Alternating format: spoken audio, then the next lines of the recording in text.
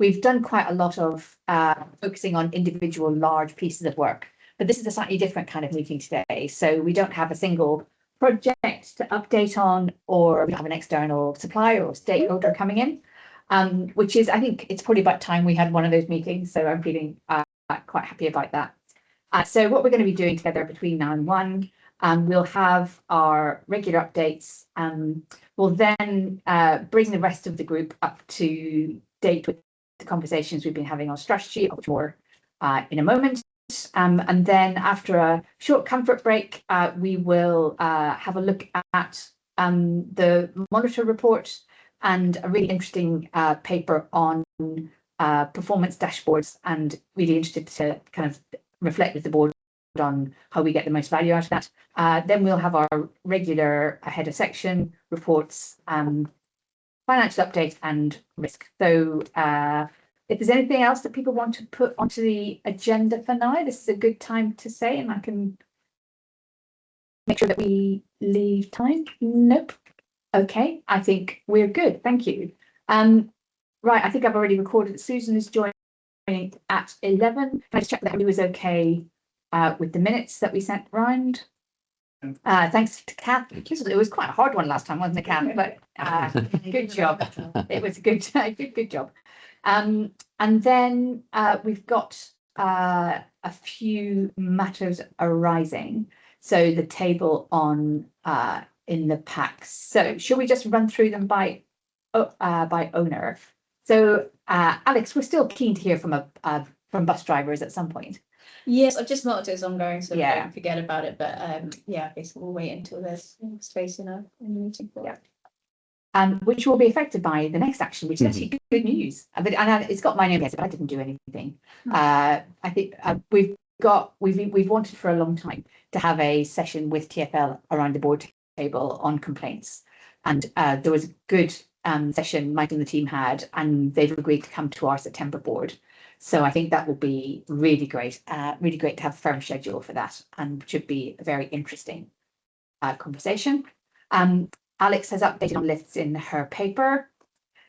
Now, the collaboration agreement, let's just pause on that for a moment. So we did discuss this very briefly last time, but I think Rick has, I think correctly, just tested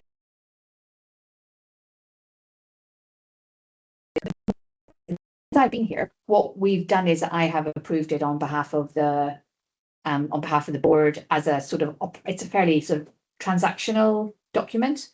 But now that you've had a chance to see it, if you want to have a formal approval point, that's absolutely fine. I definitely think that next year it will be a very different sort of become a very different sort of document, because we'll have a different kind of relationship with Transport Focus in its new world.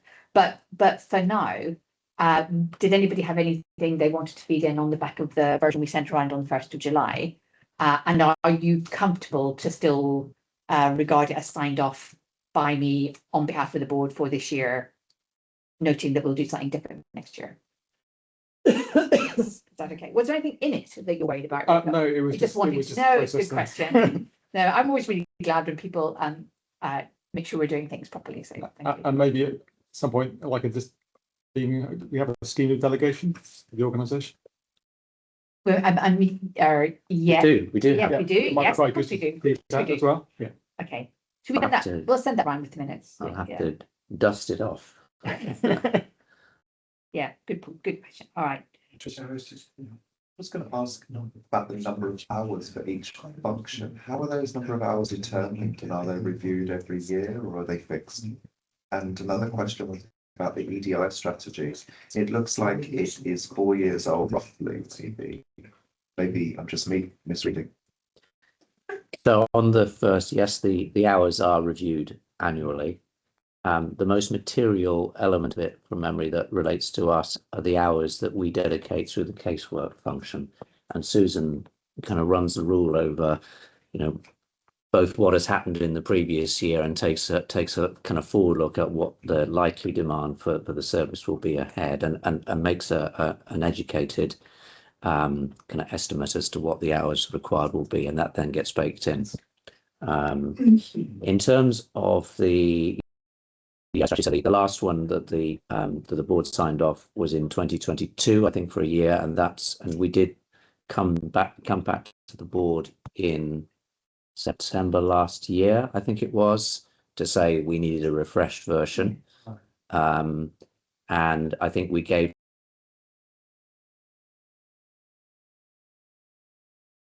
to be reflected in the new version of it, and that's work in progress. Right.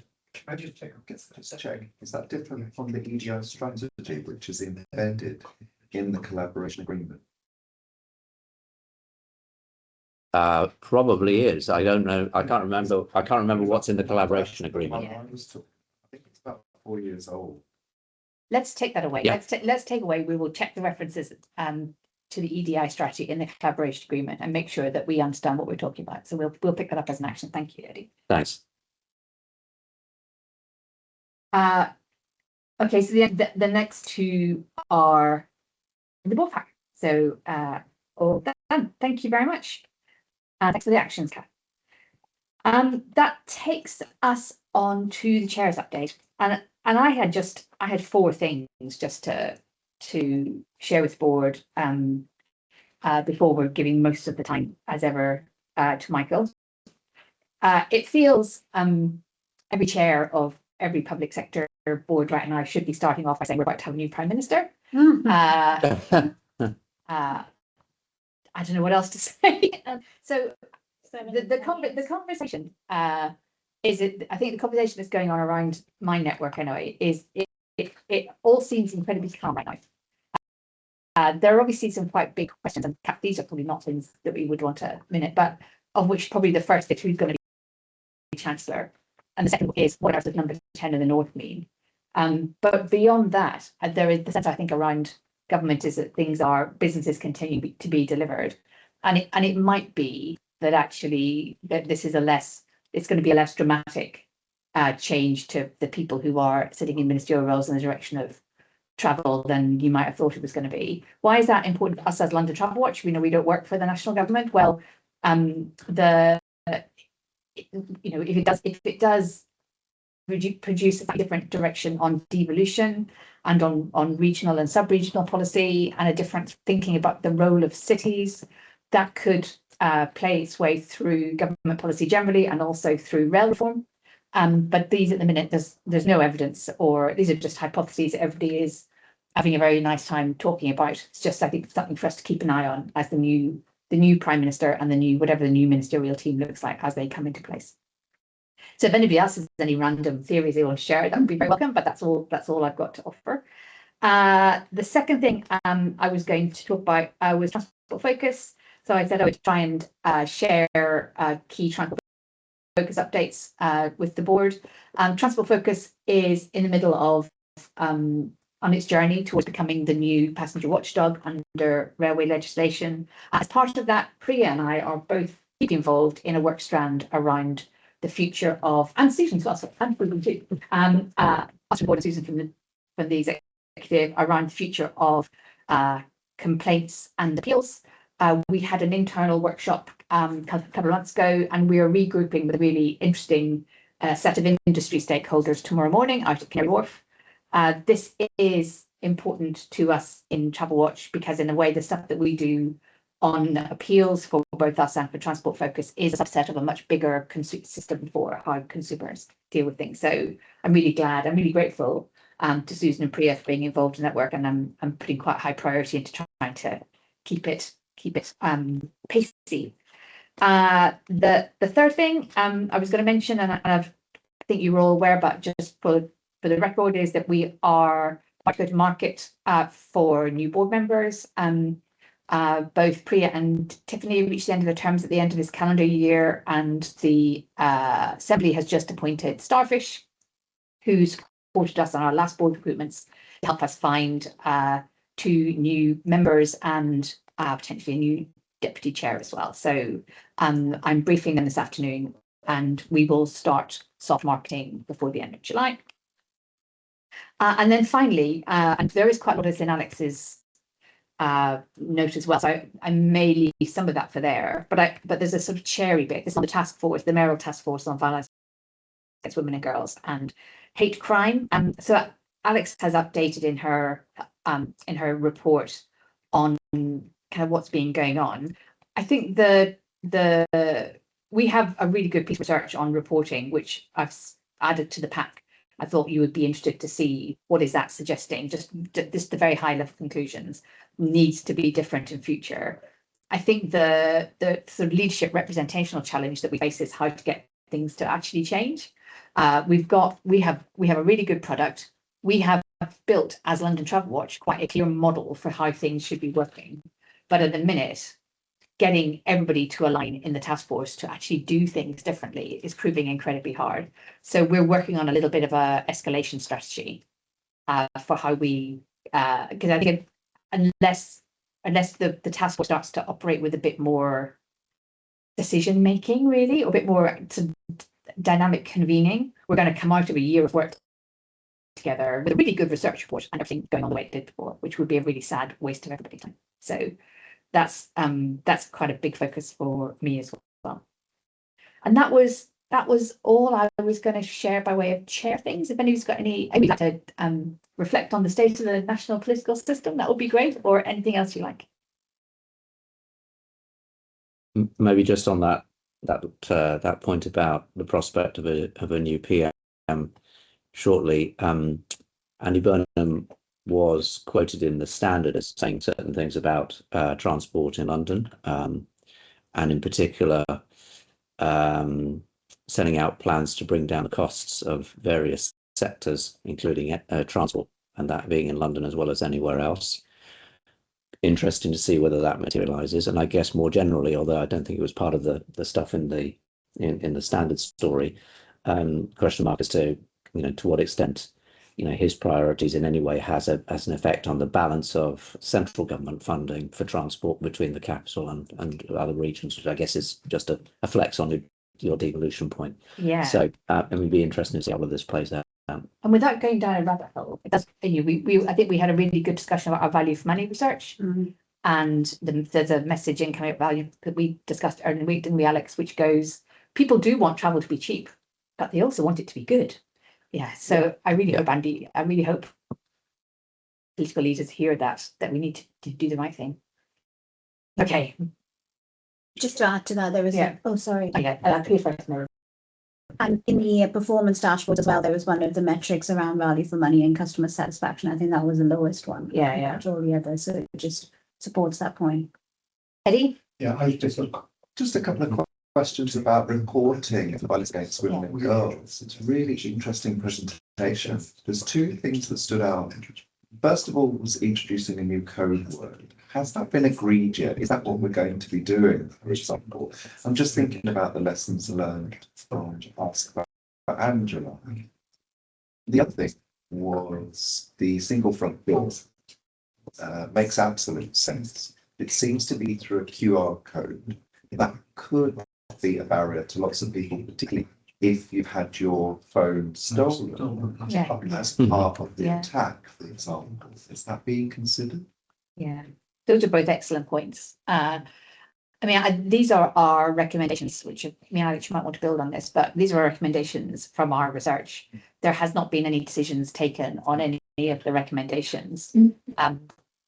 I think on the code word, I think there's a lot of this where it's very challenging to come up with a system which both works nationally across all contexts, but also for London. And I think that's going to be quite tricky. I completely agree on the QR code. If that was the only way in which people could access single front door, I think that'd be really problematic. I don't think that means you shouldn't do a QR code, but you just need to do other things as well. I don't know, Alex, what do you think?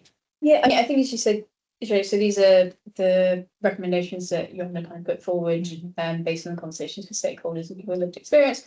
But we've not kind of fine-tuned, or they're not kind of completely agreed on these are the ones that we're taking forward. Because I think those are the points that you raised have kind of got similar questions around them, because some of the stuff, like the Ask for Angela scheme, great in theory, but doesn't always work. So I think we're kind of fine-tuning that and kind of looking at what are the priorities within sort of the recommendation, because that's the other thing, there's quite a lot there. So I think it's about fine-tuning them and kind of thinking what are the priorities within this that we want to take forward. And obviously part of that is through the conversations with the stakeholders and the mayor's task force and kind of seeing what's possible. Yeah.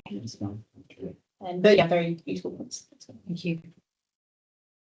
Great. Okay, well, if there's nothing else for me, let's move straight on to Michael. As ever, there's such a lot in your report, Michael. But yeah, over to you. Thank you. So I think probably two things for me to focus on in the introduction, but as always, happy to take questions on anything else that I haven't otherwise covered. First is kind of like the overview in terms of the state of play on the 6 themes. So just to reflect a little bit on that as it's played out on the first page of the paper. And the second thing to focus on is the appendix around the piece of work we've done on interchanges to date. On the first one, to start with, in terms of the state of play against the theme, so that the paper has all 6 down as underway or ongoing. Partly reflects the fact that we're at this point we're still relatively early in the year, but just to try and give a little bit more kind of nuance to that. I mean, my sense, I'd say if this doesn't kind of ring true with you, and I'd say the same with Susan if you're in the room, my sense is that of the 6, probably the ones that feel as if they're going better than the others, if you like, are probably themes 2, 3, 4, 6. There's a combination of reasons. I don't particularly want to propose going in detail into each of them, but why do I say that? For example, 3 and 4, well, there's a product, whether it's the personal security report or the work on VFM. There's a hard product, as it were, from our work. It's good quality stuff. It's something on which we can base further engagement and interaction with policymakers and stakeholders. So there's reasons why I would see those as progressing particularly well at this stage. On better transport services, we have a crunchy conversation at the moment going on with TfL about buses, about bus services, about how, for example, the attractiveness of buses is being compromised by the declining average speeds, how we are concerned about whether the consultations that are in play and have been in play around changing routes, how genuine are those consultations when TfL reaches out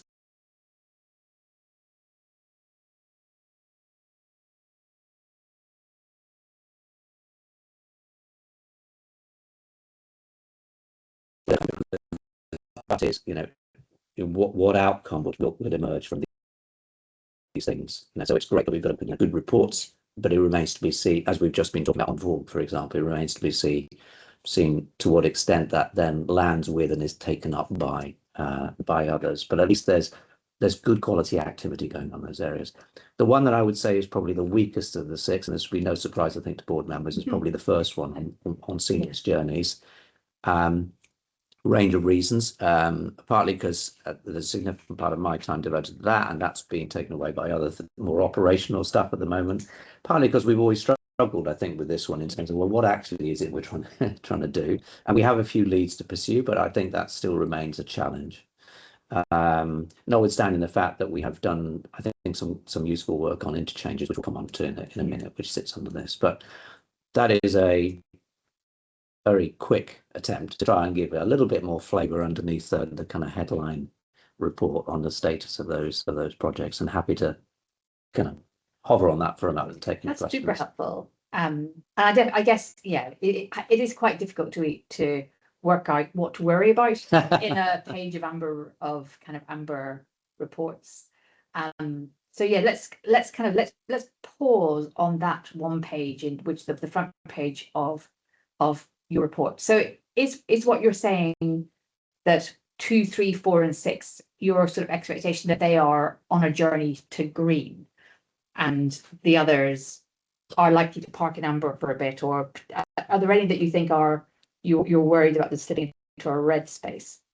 I mean, probably one would be the one that I would where I think that would be the highest likelihood. 5, by the way, I mean, that's probably again on the cusp between amber and green. I think the relationship with the committee, as it has done for a while now, is strong.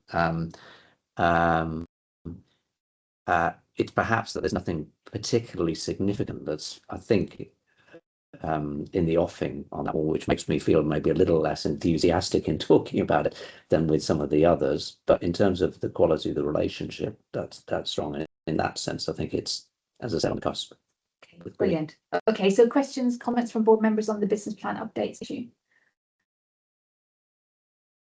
I had one which maybe is related to the strategy conversation, which is around the seamless journeys and the work on interchanges, because it seems to be an example where it's about if we didn't exist, then how do transport operators behave if we weren't around? So there's a tendency towards silo, sort of just sort of lack of join up in managing a station and its surrounding area, because the organization, the transport operator will it's siloed into different parts, and that seems to come out from the research. So it's just something maybe to kind of think about, kind of flowing into the conversation about objectives for the new strategy. Which I think is actually an important, a really good point. More generally, I think there is a sense with some of these themes that they have run their course, which I think just kind of underlines the importance of the starting to board members on. But I think you're right there. Like, it's both something where you think we are probably the only people who can fill that gap in the market, really, but also where it's most difficult to go. So what does that look like if you've done it well? So I think so. I think we need to reflect on that back when we set objectives for the next 3-year period. Yeah, and I think on this, the specific point around interchanges and who speaks up for how the organisations are. I do want to come back to that when we talk about later. All right, I think I'm not seeing it. Oh, Eddie. Yeah, a couple of questions. First one is about the London Assembly Transport Committee. They're prioritising now the autonomous vehicles. How do they inform themselves about what issues to prioritise? I'm just wondering why that is a priority now, if there are so many other issues going on in London. The second is about buses. Obviously, we know that the numbers of people using them are declining and the reasons for that. But this week, there was a report on antisocial behaviour, and it's a huge cause of people not using buses. I'm just wondering, has that come onto our radar? So on let me deal with them in the reverse order. I think we're certainly aware of antisocial behaviour as a topic, and I think the conversation that we're planning to have in September with TfL when they come to talk to us about bus-related complaints, I think will be a good place to kind of pick that up further. On the assembly transport, I think the reason AVs, autonomous vehicles, are on their programme at the moment is because it's so topical as an issue where we've got trials and at least 2 potential operators, at the starting gate waiting to begin.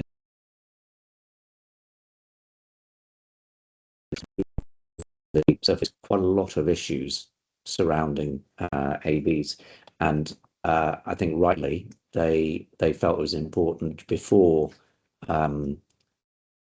cease to use the kind of colloquial expression of them. I think they're right to say, look, let's hear about personal. I think it's really good. On that or any other thing. I think it kind of depends who's in the chair.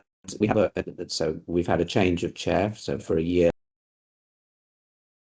Caroline Russell is in the chair, and I think she took the opportunity when she arrived to kind of just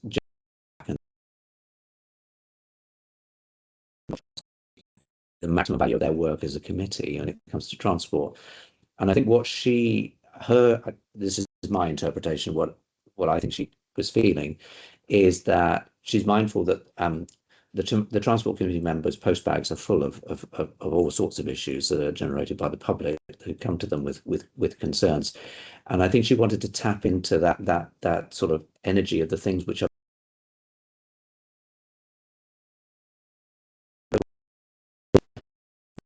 require a lot of effort properly to kind of to look into and to and to opine on, and instead to focus on things which are quite kind of specific and almost self-contained, and on which they could do a quick piece of work to a good level of quality and to come up with some trenchant recommendations. I think that's what's driven the choice. I think we're aware that the committee, one of the other potential issues that the committee may be turning to in the next inquiry in this year is on the issue of bridges in the capital, which again is a very topical issue. Not just about individual bridges, but collectively, whether there's the right institutional or financial arrangements to make sure that our bridges are properly maintained. And I think is another example of something which is timely and important, which the committee feels is worth them spending some time on. Brilliant. Thank you, Michael. Any other questions or comments on this part of Michael's report? Okay, do you want to move on? Thank you very much, Michael. Keep move on through the rest of it. So if I go straight to the appendix, and as I said, always have to go back if there's anything that people want to talk about. But the appendix kind of captures the piece of work that we've done on looking at the quality of interchanges with a particular focus on 3, and the paper explains why we've ended up on the 3 that we've looked at, largely but not exclusively, largely determined by the scale of use of those particular interchanges. There's a summary of findings across the 3 interchanges we looked at. I mean, there are improvements that we identified in all of them, but of the 3, 2 of the interchanges, Paddington and Waterloo, major stations, particularly in Paddington's case with the station estate now. The quality of interchange, according to the work that we did through our field work, much higher than for the 3rd one we looked at, which is Stratford. From that assessment, we draw some ideas about what we might do next, because I don't think there was anything in there which suggested that the next thing to do is some sort of major splash in the press or in the media, but there is work that we could usefully do, some of which is on a business as usual basis, particularly with regard to picking up potential improvements at the stations which were rated more highly. So going to those stations, the organisations responsible for managing them, bring to their attention our findings, seeing if through engagement we can secure improvements. But for me, there was also a bigger potential strategic issue behind this, which is to the point that I think that came out earlier about the in part the relationship between Network Rail, as is today, GBR as it will be, and TfL. And I think the example of Stratford really brings that point to life. So Stratford of the 3 as an interchange it offers the poorest quality. It's a TfL managed Network Rail asset. There's work to be done both at that station, which is probably very significant, and we have no idea where that fits within the sense priority between the station operators. But also it begs the question more generally about what is the industry plan and outlook in terms of developing and maintaining and developing the quality of interchange across the capital. What's the big plan, and trying to understand that better and to influence that feels like something that's worth us pursuing.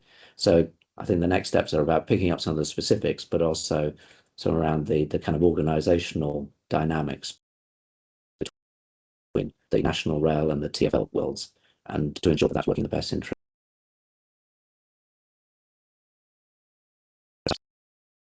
of the report. Thank you. I thought it was a really, really interesting report. I did give you advance warning that my immediate question was going to be, is this enough dog and is this the right balance of dog and watch, which is the discussion we've had around the board too. So let's come back to that, but let's pick up other thoughts on the content and purpose first. Yeah, I thought it was really interesting as well. I've used all of those stations. I've made some observations myself. The question is, all the proposals are brilliant. how are they going to be funded? Yeah. We're starting with toilets, for example. If we're widening pathways, all that's going to be very expensive. Will that be capital funding? From So I don't know exactly how they would be funded, but in a sense, I think our job is to encourage the station providers to try and find the way of taking these things forward. Some of the things, incidentally, I don't think would be high cost. I mean, so it's about wayfinding signage around stations, but particularly Paddington, but not just Paddington, is not high cost. I mean, that should be relatively straightforward. But other things, Stratford, for example, you know, our proposition is that, to be honest, the station probably needs a really rather more fundamental redesign, which would be extraordinarily expensive. And I think it would be our job to make the case for that to be a priority, given the other competing priorities. Stratford is a troubled station in many ways, isn't it? It is. Again, there's stuff that you can do incrementally. That I think we observed that there's stuff that you could do incrementally there, but whether that's really enough for what is the 6th busiest interchange in the capital, I think is open to challenge. Other questions? Priya? Yeah, no, thank you for that. I thought it was a really, really interesting report, and I also like the very specific recommendations, so the things that you can actually pick up and do something with.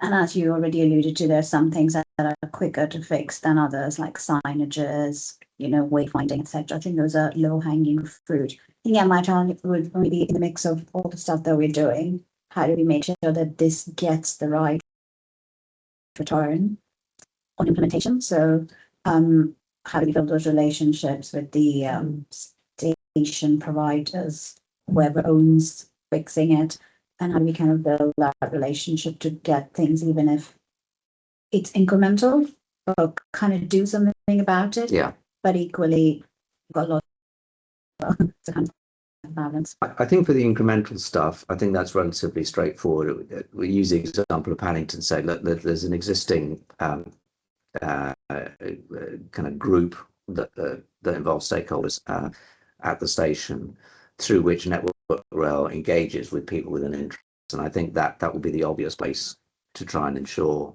that, you know, what we identified is picked up and hopefully taken forward. For the more significant interventions which might be needed, and that includes Paddington, because as you say, we've spotted that, you know, some passageways are narrow, for example, or Stratford, which we talked about. I think, I mean, what we are aware of is that there is a kind of an ongoing dialogue between Network Rail and TfL around strategic issues relating to the interface between their two networks, and we know both of the protagonists involved in that conversation. What I don't know at the moment is what is the collective vision, if there is indeed a collective vision between the two of them with regard to the quality of interchanges across the capital. Now, it may be that between them there is a clear sense of priority about which stations need to be improved and to what extent. But I think informing that conversation the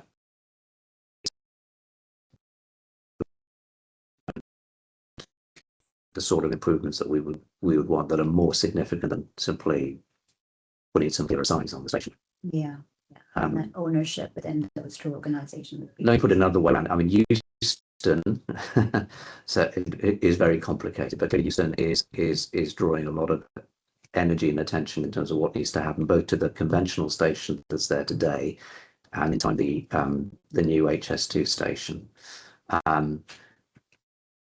You would like to think that there is some sort of collective view about, okay, Euston is, you know, what is the level of priority being given to Euston compared with London, Liverpool Street, Waterloo, you know, what's the program? What, you know, over time, what are the plans to ensure that these major interchanges are being maintained and developed? But I don't know what that is. Yeah. And it may be that, you know, once we go under the surface, that we find out that actually Stratford is seen as a common priority between the two organisations, and that there are plans either being developed or to be developed to ensure that that station is brought up to the level of quality that we would want. But we're not even at that base camp of understanding at this stage, Yeah, sure. and therefore we don't know to what extent we really need to kind of push hard and get engagement with these things, or the extent to which actually we would be pushing on an open door. Just a quick build on that. Oh, no, but Lara, you come in first. No, you first, and then I'll come at the end. Yeah.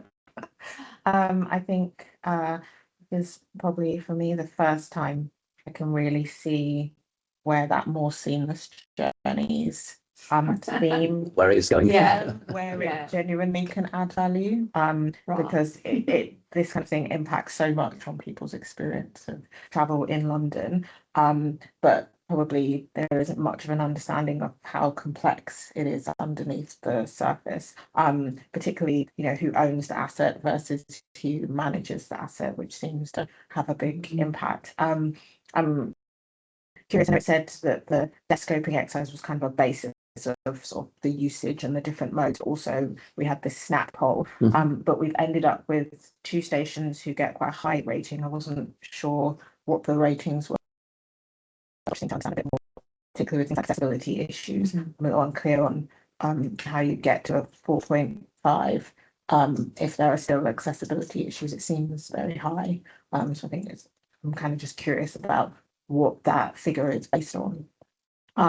But also in terms of your question, Trisha, about us being more dog and less watch, it'd be interesting, probably not at this stage, but further along, to think about, where is the sort of communications piece in this, and who might be other stakeholders who might have some influence on those providers if it turns out this isn't as much of a priority as we would hope it would be, who might be those stakeholders to be able to apply pressure to the operators to raise the priority of this in their own hands.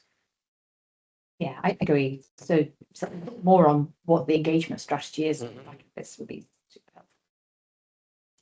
Yeah, but then I'll have another build, because I think everybody's building on everybody else, and I agree that the bringing seamless journeys to life definitely is a great thing. So really well done. I guess when I was looking at this, and it's really, really interesting work, and as exactly as Lara said, it's seamless journeys in action, right? I was reflecting on the previous discussions we've had at the board about work on interchanges, and kind of the balance between doing work on interchanges, which is about specific interchanges. So kind of doing what you did at Euston, roll your sleeves up, get alongside them, do problem solving in a really Euston specific way, versus having a view as an organisation on what are the characteristics of a good interchange. And something wouldn't be about Euston or Waterloo or Stratford individually, but here are 5 things that a good interchange should always look like. And I'm sort of reflecting on what do we think is the right balance between place by place problem solving, roll up sleeves, work with partners, versus taking a position on what an interchange should look like. And then my other question was just there's a transport focus angle here. I'm aware of the transport focus work on Paddington in particular. Can you say any more about how we're making sure those bits come together? So on the last point, I think we've yet to do that. So we have, I think Paddington specifically, we haven't had the chance, since we've kind of collated all of the findings. We haven't had a chance to kind of sit down with them and work out, look, how do we kind of coordinate our efforts to make sure, because it might be that we look, you're already sitting on the group, so take our stuff and bat for us, as it were. Yeah. There's no reason why we have to be precious about it and have to sit on the group. But that's something we need to just sit down and talk through with them, not just with regard to that specifically, but more generally. Okay. And then the model versus is that a kind of slightly there's model versus practical sleeve rolling upness? Yeah. So I mean, it's only my personal view, but I think there's more value to be had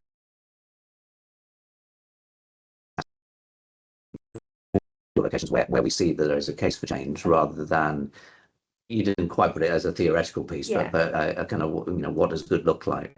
Because I think that's relatively well understood. This organization did a piece actually 10 years ago. It's a little bit old now, but on what does good change look like? It's a little bit out of date because it doesn't really kind of accommodate the use of internet-based information as part of that. But I think that the core facets of what does good interchange look like and feel like, I think are reasonably well understood. I'm not sure we would add a heck of a lot to the sum of human knowledge, but I think taking what we do know as what represents good and then testing key locations, say do they match up, and if not, then recommending change, I think is more real world, I think, potentially in terms of our impact. But it's potentially labor intensive because there could be a lot of places that we spot, a lot of other Paddingtons and Waterloos and Stratfords that we can identify, but for the lack of resource. Okay, that's a good answer. But it's only my, it's just my take. It's just a question in relation to that response. I think really interesting. I wasn't aware of the work that you did 10 years ago, so it'd be good to see that. Yeah, we can work. check. We'll signpost that. Yeah. And secondly, in terms of how resource intensive it is going out and visiting, potentially is there any prospect for working with others, with partner organisations, with charities who have who are doing work in this space to kind of utilise their resource and or do sort of joint sort of site visits to different stations where they might have particular expertise around accessibility and that kind of thing, because I think that might be an interesting way both of getting their insight and expertise into it, but also just having more people. Yeah. And for me, the resource is not simply about the site visits; it's then the follow-up. Yeah. So, for argument's sake, doing what we've been doing on Euston, but doing it for 10 other stations, that would actually, that would take up one whole person, potentially, to do it justice. Because part of the effort is continuously Exactly. kind of Engaging. exactly. So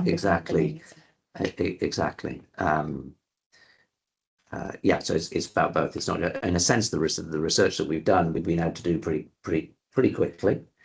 And we could have a rolling program, and by the end of the year we could have done another whatever it is, but it's about the ongoing engagement, which is probably the key resource need.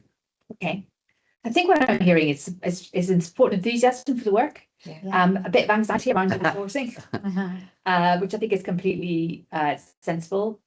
This is kind of pretty labour intensive stuff.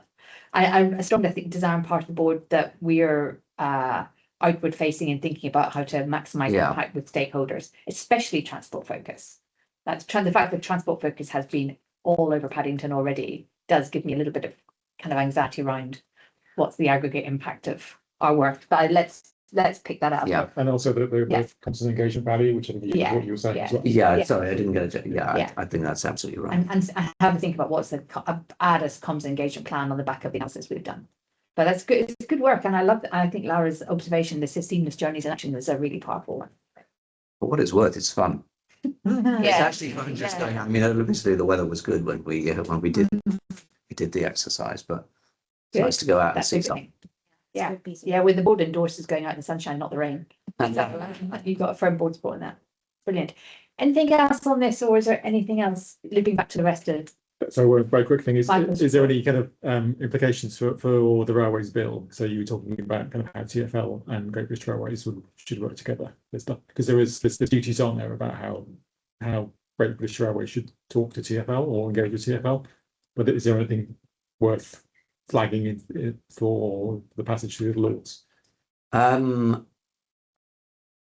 don't think so. That's not already picked up, and as it happens in practice, the MD of the relevant region of Network Rail and the chief operating officer of TfL are the two protagonists I mentioned, and they come together regularly and they talk about how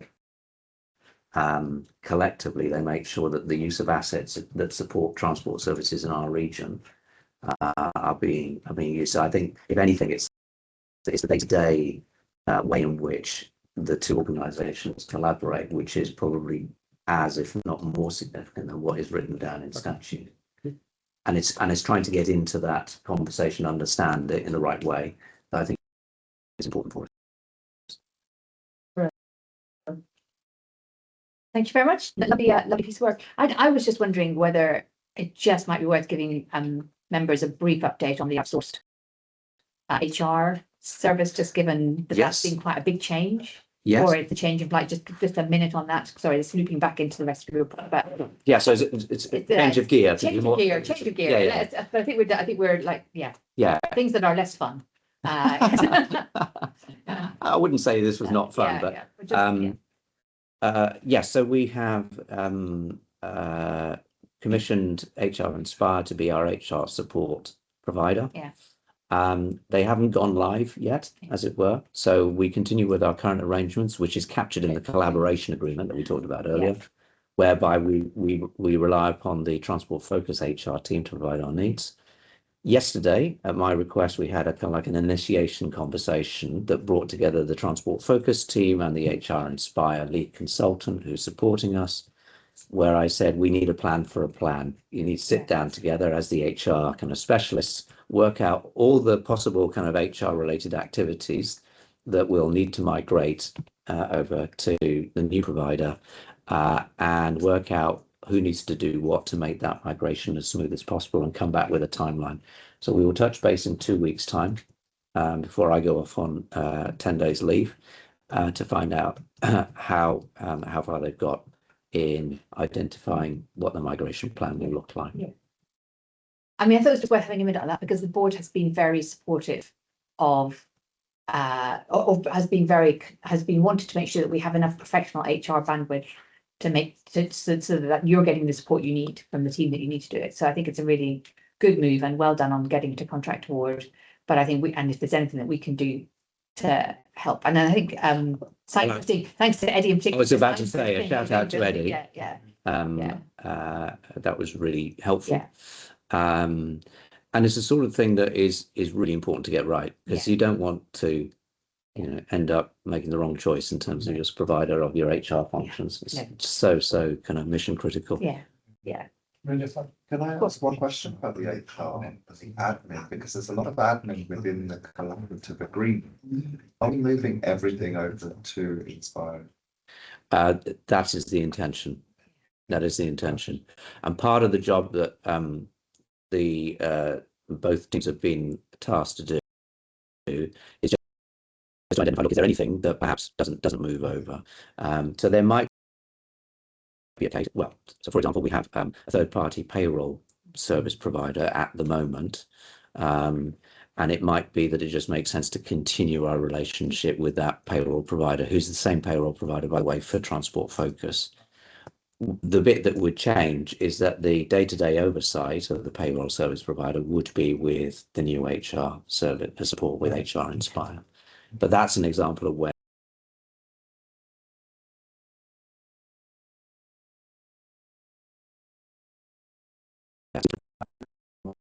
yes, so nominally it's there in the collaboration agreement. In practice, for various reasons, we haven't really made much use of the support that in theory is available to help us develop training. And that's one of the reasons, many reasons, but that's one of the reasons why I was keen to look to a new arrangement where we could do more of that than we've been able to. Thank you very much. Thanks for coming back to that. I think that's important for the board just to be aware that it's quite a big change in our world. All right, excellent. So let's move on to the next item, which apologies again for sending round a late addition to the paper set. But I wanted to keep the momentum going with the board following a really good conversation that we had on Thursday involving Susan and Rick and Lara. I think we were just saying as we came in, it's actually quite good to have a subset of board members and a slightly smaller formation just to work on individual issues. It's a nice way of doing things. It doesn't always have to be everybody all the time. But what I've done, what me and Michael have collaborated on in the 2 working days or whatever since we had that meeting, we're sharing back 2 things to the wider group. One is the table, which captures, I hope, the discussion that we had on the issues we raised, which were really around the organisational structure for London TravelWatch, its political relationships, the sort of team structure. So it's about London TravelWatch as a thing, as opposed to the strategy work we've talked about so far, which is about what we do. And then the second thing is a draft set of objectives, which have been falling out of that conversation on the organisation. Sharing that for 2 reasons. One, because I think it's important to inform the next stage in the work, but also because really strong message coming out of the conversation last week was that talking about the organisation without everybody being on the same page of what the organisation is here to do is really hard. So thought we would put on the table a further cut of what we think the organisation is here to do, alongside the piece which plays back the conversation on Thursday around the model, the governance, the structure. Right, health warnings. We just wrote this, right? So it has not been, we've had 2 days. Normally for a paper like this, we would absolutely have worked it through the team, but I think Alex and Susan have seen it at the same time as board members. So Alex and Susan, you are always encouraged to say whatever you think in board conversations, but you have extra freedom to say what you think for this one, because you have no ownership of what it says, as well as the board members who weren't in the room last Thursday, really kind of interested in your thoughts. Some of you fed in thoughts in advance. So I'm going to suggest we do this. We start with the table and pick up reflections on any of that, and then we move on to the objectives and pick up reflections on any of that, and then after that we'll have a cup of tea. Does that work? Yeah. Brilliant. All right. Well, let's start with the table. I wonder whether we just walk through it rather than go trying to. So should we start at the beginning? Shall I just talk a bit more, or shall I stop talking? Us and the assembly. Sorry, and in the covering note, I did pull out what I thought the big takeouts were from the discussion. So us and the assembly talked about the pros and cons of being part of London government. I think there was a pretty strong view, I think especially from the chief executive, actually, that it makes it very liberating, very powerful to have that independent setup. And a positivity about the state of our political relationships, but also a little bit of anxiety that we need to be prepared for the future to be different. So that was the conversation we had. Should we pause on that one? Okay. Then resourcing. So this was a big takeout. Ask the assembly what you actually need was the message. Don't assume you're not going to get it. Tell them what you're going to do and tell them what you need to do it. But also, I think this is a point from Eddie as well. Don't chase little bits of resource, because you're going to spend more resource chasing little bits of resource than the resource you'd get, which I think was very wise. Oh yeah, but setting up was not a good idea. So that's that was the big takeout from there. Ask for what you need, which I thought was kind of very clear. The third one was around how caseworking works, policy and strategy. I think recognising here that we're in a period of transition on caseworking, because caseworking is part of that wider system of complaints and appeals, which is changing with rail reform. I think in the group we thought we probably need to take a look at what we do, but let's do that once as part of the bigger sector-wide work, rather than trying to look at appeals now as a individual piece. And we need to be clear what the caseworking function is for. It does cost quite a lot of money in relation to the value of the cash that it secures for travellers, but it gives us a lot of legitimacy as an organisation and can inform our casework, and it's very fundamental to what we do. So that was where we are on caseworking. Thoughts on that? Oh, okay, all right. Yeah, sorry, I'm sitting here just going to charge my. And also I think this might play into the conversations we are having with Transport Focus as well, around at the broader industry and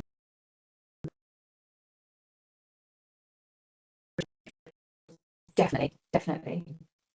So you can't design an appeals function or work out what you need to do there unless you can see all of the circumstances in which the wider industry process has got somebody to the point where they feel they need to appeal. So I took which is meeting tomorrow, that's a contract route. Yeah. Is that thinking about the wider, the whole, you know, life cycle from complaint to resolution, not just the appeals bit, No. which is only the whole thing.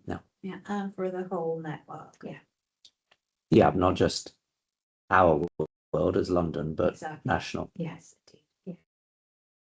Yeah. So yes, understanding the future system where people think things have gone wrong. What's the end to end? Good. All right. Transport focus and us. Who knows? We need to work this out through the new MOU. That's very easy parking work, but we need to work this out through the new MOU. We need to keep close. Michael's relationship with Alex, my relationship with Nigel are really important. We need to be a bit. We'll need to be flexible and responsive as transport focus changes. Work out what it's for in the new world. And in transport focus, the huge exam question right now is redesigning the organisation for a rail-borne world, and that's what it's doing right now. Next bit is services. We talked a little bit about the HR provider. I don't think we were racing to outsource anything else right now. Let's see how the HR provider gets along, and also let's not pretend that outsourcing removes the need for clienting. Team structure. And we've talked so many times around this table, I think, about how much we depend on Michael. There was a grit in our Thursday that we need to stop, just as my good friend Abby Kearney used to say, just weighing the pig. Sorry, Michael. I'm genuinely mystified. I've not heard that expression. So you're trying to fatten the pig, right? Right. So the way to fatten the pig is not just to keep weighing the pig. So it's sorry. Is that terrible? It's probably terrible. So we're sort of, there's a danger with that issue that we're observing it and agreeing violently about it without ever really doing anything about it. So let's do something. Yeah. Then a couple of random organizational models, some of which is to do with national change. Is Andy Burnham going to really regionalize the consumer landscape? In which case, does this look like for us? Who knows, but let's keep it in mind.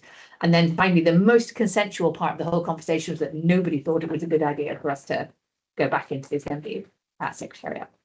And then the other two bits which weren't on the list going in but came out was purpose and objectives, of which more in a moment. And then insulating, I think there was a tactical point as well as a strategic point, insulating ourselves against change by having a really strong comms and engagement function.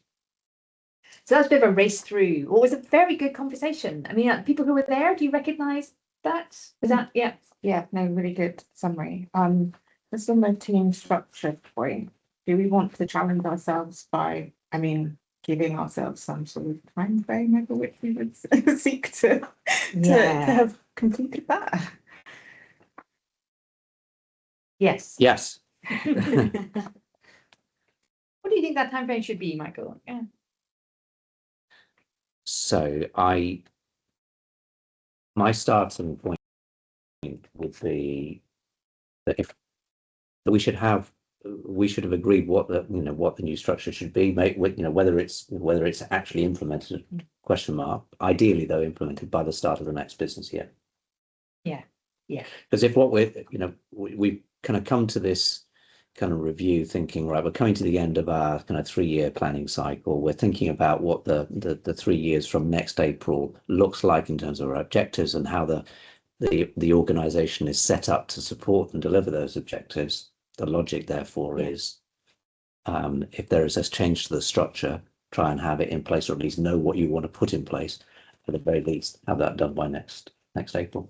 So I think we should try and ask for an update. We should be set ourselves up for a further conversation about this in September, because I do think we want to we don't want you. It's a very good question, Lara, because otherwise if we don't put some timelines in, so let's say we'll look at options in September. Or is that too soon? Do you think? Let's aim for that. Let's aim for September. Let's have an update in September. Okay, thank you. And who can own that? Is that something you're going to do internally? Are you going to get some help from the outside? It's my natural recourse. I think it's you. I think initially it's you and me working closely together on this. And if we need other help, we'll shout. We might ask phone a friend. Yeah. We might well phone a friend. Yeah. Yeah. That's true. Brill. Thank you. Okay, so that's that.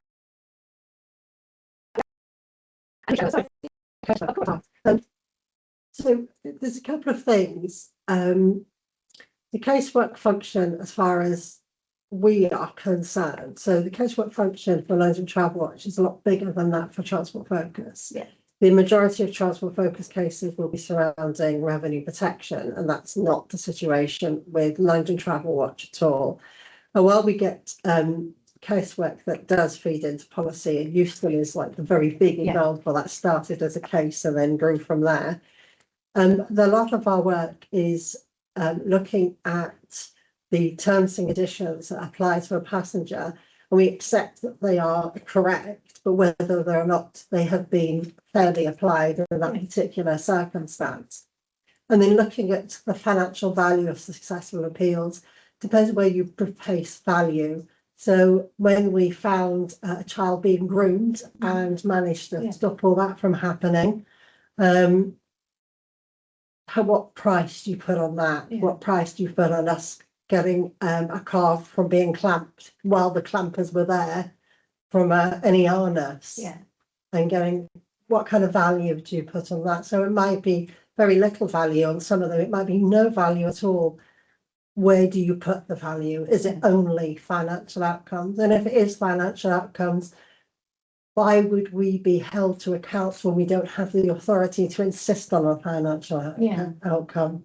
So it's looking at it a lot broader. And I understand what Transport Focus are trying to do, but it's slightly cart before the horse at the moment, because they're looking to address the whole of the function of complaints and appeals. But a lot of the there's some talks that haven't actually joined the public sector yet. Yeah. There is there's work being done to streamline and standardise across the whole network for delay repay, where the customer services come into that. That is actually unknown yet. So all this work is being done, but there's a whole piece of work that's unknown, which could mean that everything we've done is just get ignored. Yeah.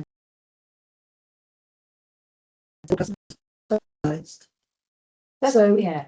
I think it's good to think about and to be aware of, but I don't think it's as simple and as straightforward as that. And I don't particularly think that for London, merging with Transport Focus would be the right thing. I would go the other way. I would go towards London Assembly, because they're representing Londoners, which have a very unique transport system that's different from anywhere else in the country.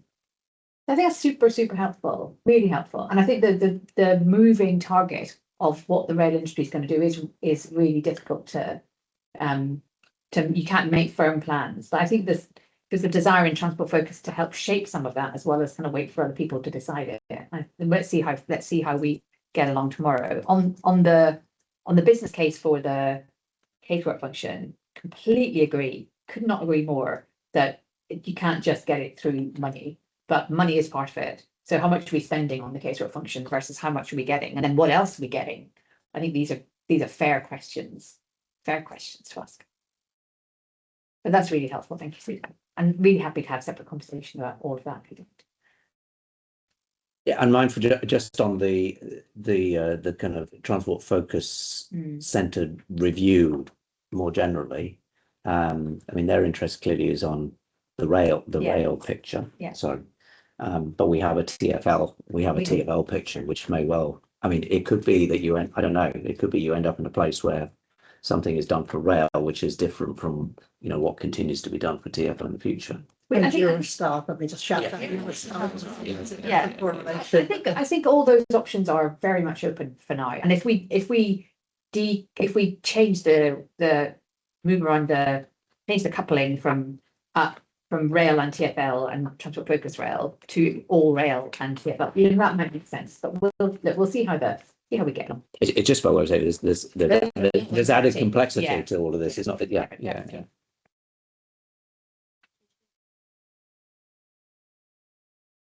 Yeah, the intangible value, like you said, Yeah.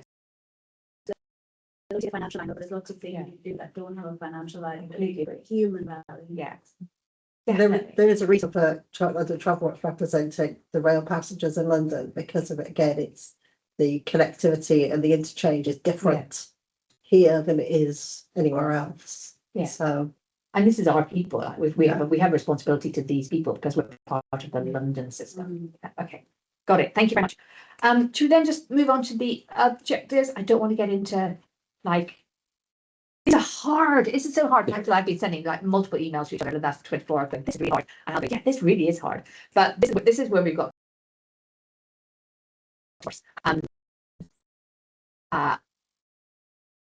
we tried responding to the conversation we had on Thursday, started by rehearsing the theory of change, which is a light edit on what we put in the business plan. So you should recognize most of it. This is how we do things.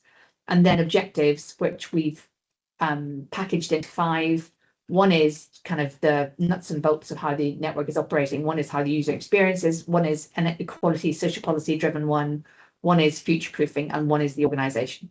So just like standing back and staring at it, what do you think?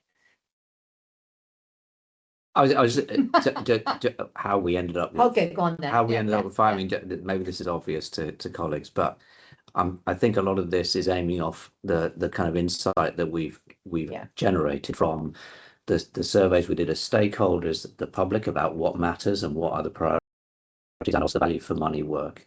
And in a nutshell, I think what the value for money work is telling us is that people put more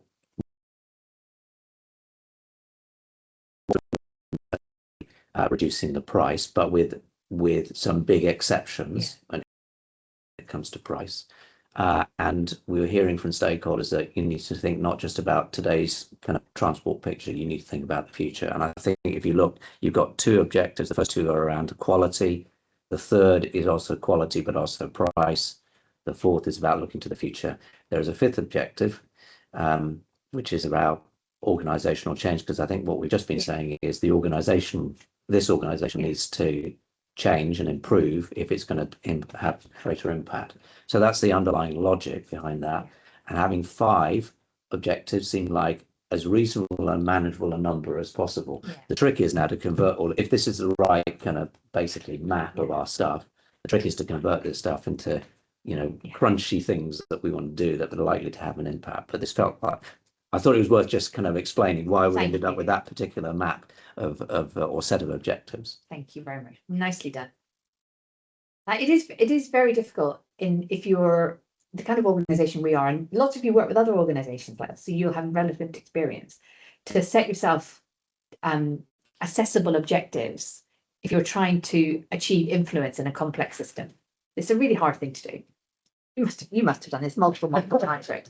So we have over a 3-year period. We think it's okay to expect the things that we care about to be moving in the right direction. For any individual year, we'll hold ourselves to account more in the output space and less in the outcome space. But for over a 3-year period, this feels like sensible things for us to want to do.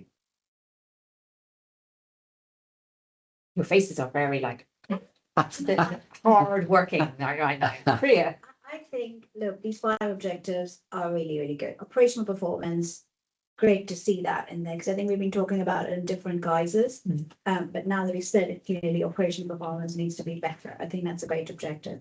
My challenge would only be, how do we ensure it actually happens? Yeah. And to be honest, the same with all of the first 4. Yeah, because I think that's where we are here, right, to make things better. Yeah. How do we measure that we're actually making things better? How are we actually holding the wider network to account? There's a bit more thought on the how of it. Yeah. Would be actually a bit helpful. So as a partial response to that, just to step back, that's one operational performance.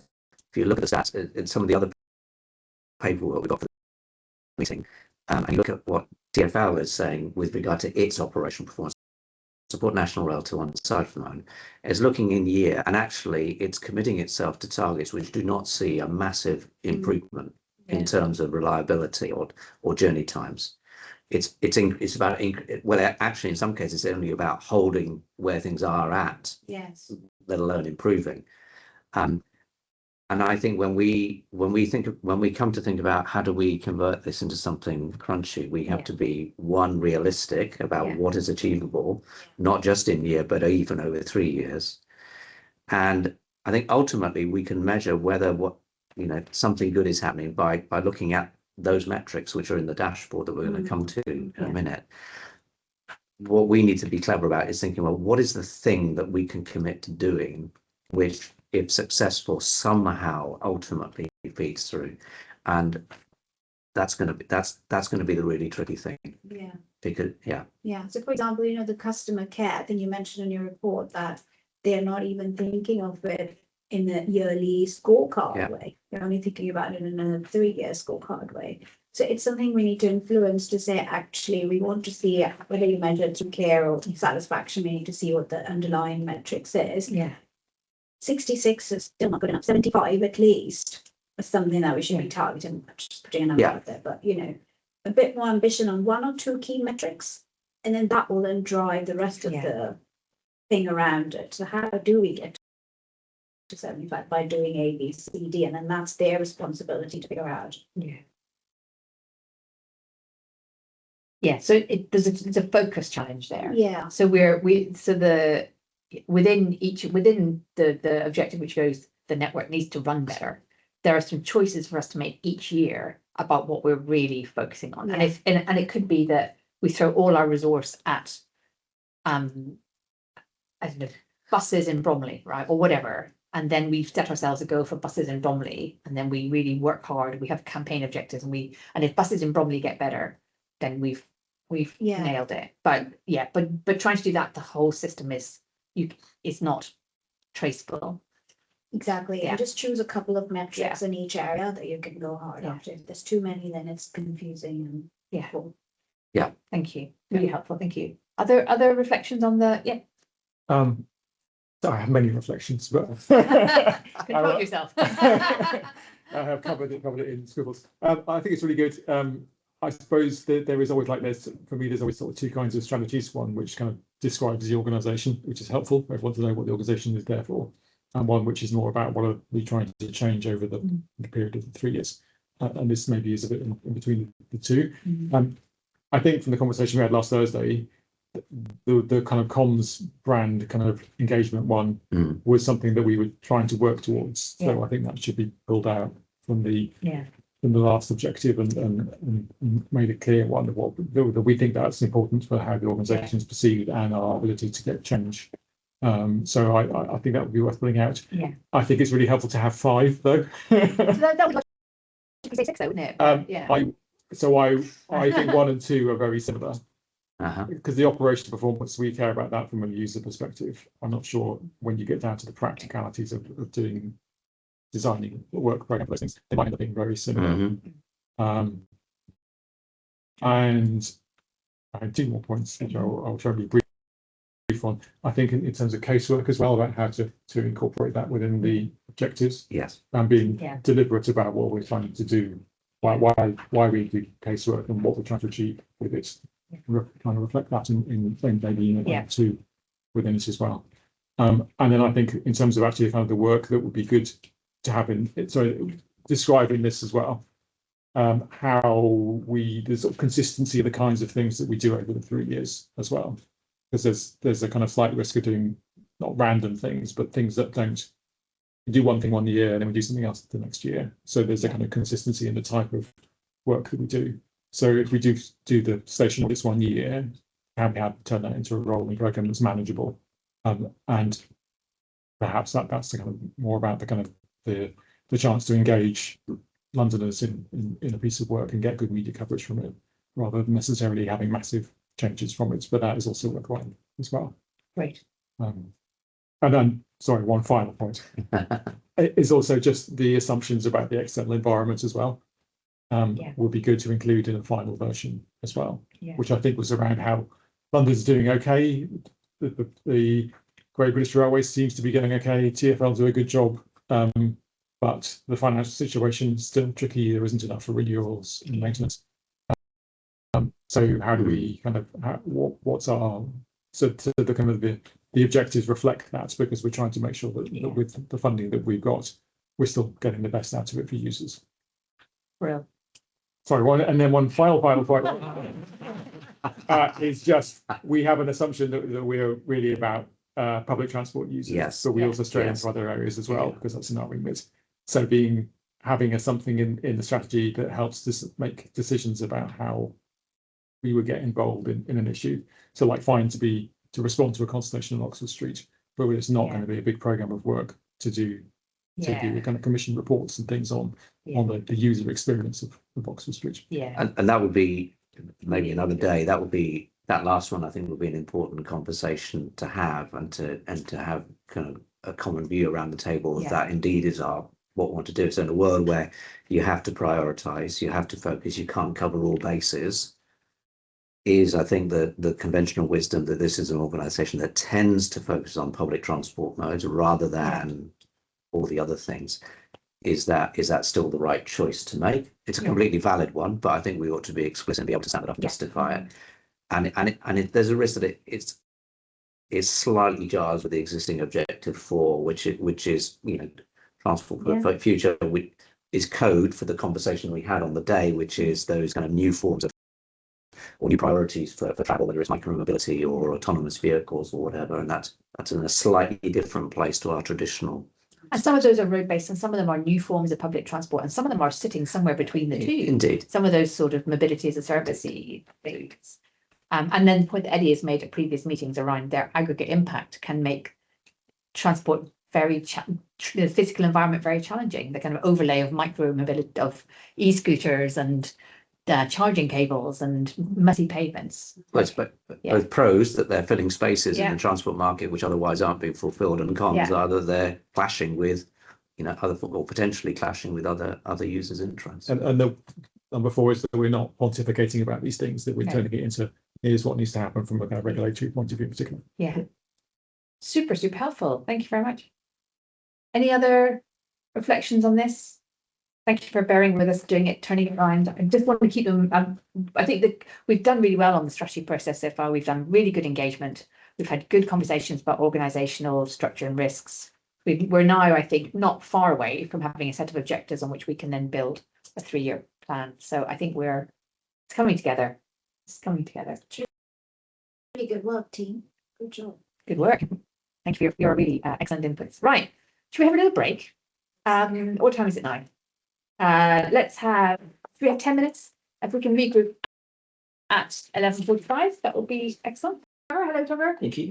So Trevor's come along. We thought it'd be a good idea when we get to the performance dashboards paper, because it's got your name on it, and there's a lot of work's gone into it. And I think it's a really interesting paper, particularly with the Transport for London monitor first.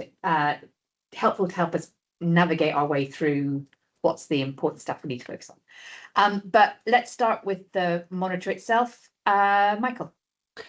Thank you. I mean, given the time, I thought if we actually devoted the bulk of this item to talking about the dashboard paper, and maybe invite Trevor Trevor and Alex to maybe just explain, what we've done there and how we're planning to use it. And then see what members think about it. I mean, personally, I think it's a really, really fascinating piece of work. It's really interesting. I think it'll be really valuable for us. And it's a classic case of, the guys just taking an initiative and running with it. And I think they've come up with something which is really, really helpful. It's very useful as a complement to the monitor. I mean, the monitor is more kind of, like a 3-month rear view mirror of stuff that is going on and is TfL's version of the world. As expressed through the Transport Commissioner's report largely, whereas the dashboard is a little bit more real world of the moment, and very much focused on what is actually happening in terms of performance on the network. And I think it's a way of kind of directing our efforts and our attention to those things which might not be working well. I think it's a really, really valuable piece of insight for us. So before asking the guys to come in, if there is anything from the monitor paper that caught members' eyes that they'd like to kind of talk about, very happy to do so. But there wasn't anything in particular I wanted to kind of draw out from my part.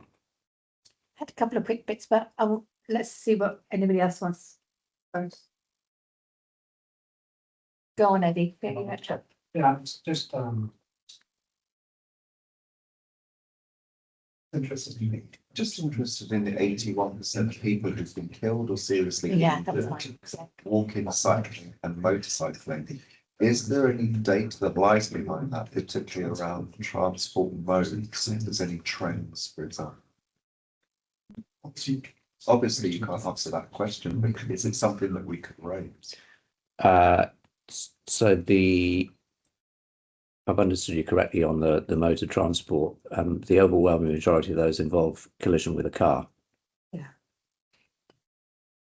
I mean, there is an element which is collision with a bus, and of course also with HGVs. But there are stats available. But the overwhelming picture is of instances that involve a motor car. I just have a quick build on that before I come back to you, because I thought it's sort of interesting that you picked up safety, because I realise we don't do a lot on safety and for good reasons, but I definitely, this is in a particularly dense pack this month. I saw some quite complicated mixed messages coming through on safety, particularly on bus safety. There was a sense of it being not good enough and very worrying, but then in other parts of the pack it was ahead of trajectory and meeting targets. So I think I struggled a bit to follow the consistent line of is what's happening on safety good enough or is it not good enough right now? And I'm not saying there's anything we can do on that, but it feels like a bit of a pain point for TfL at the moment. So they're behind target. Yeah. Even though things are getting a bit better. The long-term trend has been favourable, but they are behind their in-year target, and they are off track for hitting, from memory, they're off track for hitting the kind of ambitions in the mayoral transport strategy, which goes out until 2040. And that's for overall safety, road safety. Yes, yeah. I think that's the really, really condensed version of what's going on, and I think the challenge from campaigners is notwithstanding that the trajectory over time has been going downwards, whether enough is being done fast enough, particularly given some of the most recent numbers that are reflected in the latest annual report. So let's just let's not try and do anything, but let's just clock that safety is a complicated issue right now. We might need to come back to it. Can I just ask a question? Of course, yeah. So I'm interested to know where is the data serious injury and fatalities for unregulated e-bikes and scooters, because that is increasing in the media the whole time. Last year, in Whitechapel Hospital, they reported 150 admissions within 6 months, which were purely related to e-bike accidents and scooter accidents. So where is that data at? So from memory, TfL have highlighted accidents involving those forms of transport as a growing and relatively new area of challenge to their historic stats. Let's see if we can dig out the official kind of documents that kind of capture the picture from TfL's perspective. It's certainly on their radar screen. Again, it begs the question, is enough being done? And I think when we come to refining our objectives, we ought to give proper thought to whether there is a place for safety in that sort of objective. Again, the trick will be to spot what is the particular area that we want to focus on, because it's obviously a huge area. But it was something I forgot to mention. I think historically we haven't done in the recent history, I don't think we've done that much on it. We've done a bit on bus safety in the last couple of years. I think it's worth us just thinking hard about that for the next 3 years. Good point. Thank you. And thank you. Thank you. And thank you. Thank you, Eddie, for the prompt. Brilliant. Anything else on the monitor before we go straight into the dashboard? Brill. Did you have a couple? Oh, Or that was it it was that? that one. It was that one. It was exactly the same as Eddie's actually. So just that safety. And then I just get every time I read about the micromobility trial, I say, how long can something be a trial for? It's now been it's going to be like 9 years or something by the time it's extended. Hi, that's not a trial. That's a sentence. Okay, but that's it. You don't need to worry about writing that down, Kath. It's just monitoring. Okay. Okay, right. The pain point dashboards paper. Alex, did you want to say anything first, or Yeah, I can give a very brief thing. Trevor, for me to jump Trevor, in, because yeah, you've yeah. done most of the work and stuff. But yes, so we put this together. I think it was in response to when we were doing the pain points work in previous years, that kind of basically spotting issues or where there was a problem. You know, we were doing that all right, but I think is there a way that we could have a bit more of an early warning system, or look at it a bit more systematically instead of just kind of a bit more ad hoc, which I think was a bit more leaning towards where we were leaning. So we pulled this together. I say Trevor did much of this, pulling this together, pulling together various sources. We've got a TfL one and a national rail one to help us with that pain point work, although I think it could be useful in general just to kind of see what's happening on the network. It's already being used for the Piccadilly line. You can see on that dashboard, the performance is going down quite a lot, quite steadily, and that's something that we've been able to identify and then raise with TfL and kind of get assurances from them on that. And now looking at it, as Trevor mentioned in the paper, the overground, in particular the Mild Main line, that's really been an issue in terms of performance. Lots of problems there, and we're kind of seeing some of that anecdotally, but I think having that data there has really helped solidify that. So that's something that we're looking at taking forward. But Trevor, I don't know if there's anything you want to say on the dashboard itself, or kind of how you see it.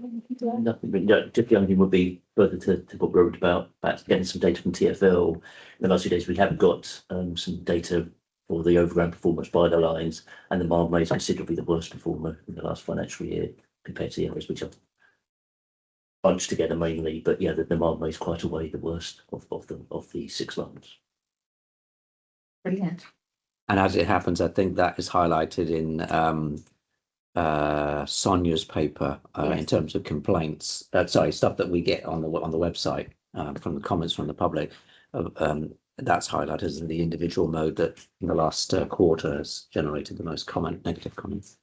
And can you say a little bit more about, just before we open for questions, about the issue around TfL data?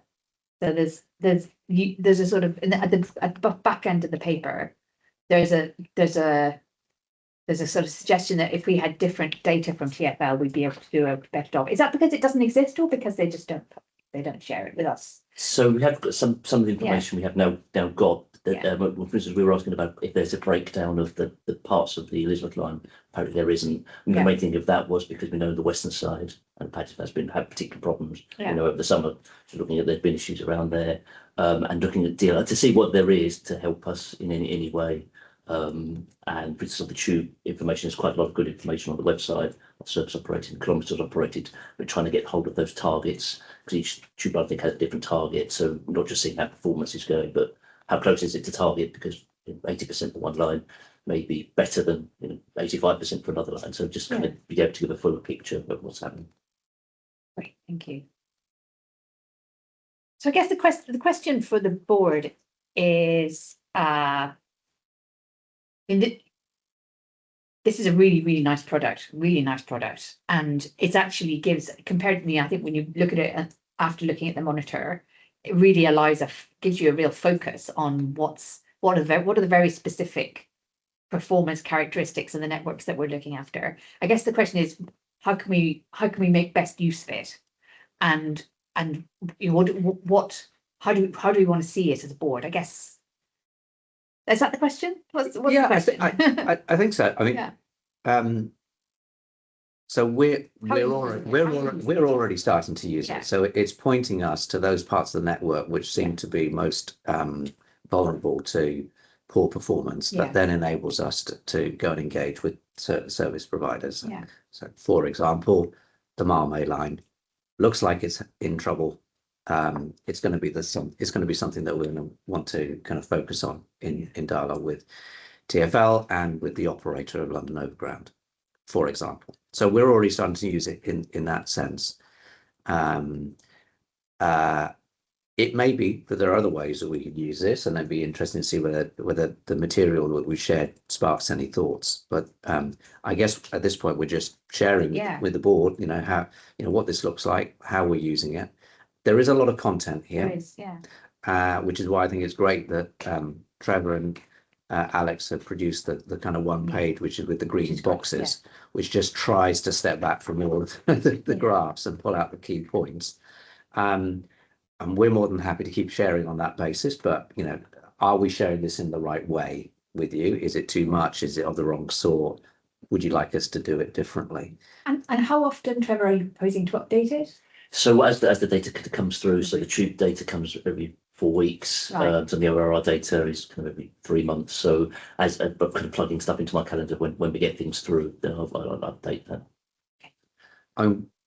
One thing that this is off script, unscripted, but always mindful about the kind of external dimension of our work.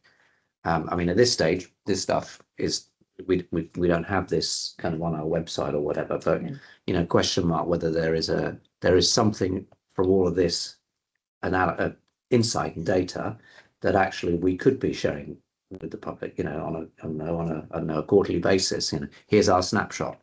Here are the graphs to show, you know, to back up the kind of headlines that we're picking up. That might be something, that might be a development we want to consider in the right way. Well, thank you. Okay, colleagues, what did you make of this? Well, it was really interesting. And to see, I guess one thing would be interesting to see comparing with what actually RTFL or National Rail, the TOC's doing on those particular problematic lines, which I guess you get from your kind of interactions with them. But kind of like, does it reflect investments, planned investments or renewals as well? Definitely. But that's not a kind of thing that's to be reported on like all the time, but just like a sense from like in a conversation in this meeting, really. Yeah, I sort of agree. I think I felt this was a driver of engagement rather than necessarily a driver of communications, just to pick up the question that you just asked. And I could see us having something like this when we next have a session with Andy Lord and the TfL Executive Committee. I could see this sort of live analysis being incredibly helpful to bring in to that kind of room.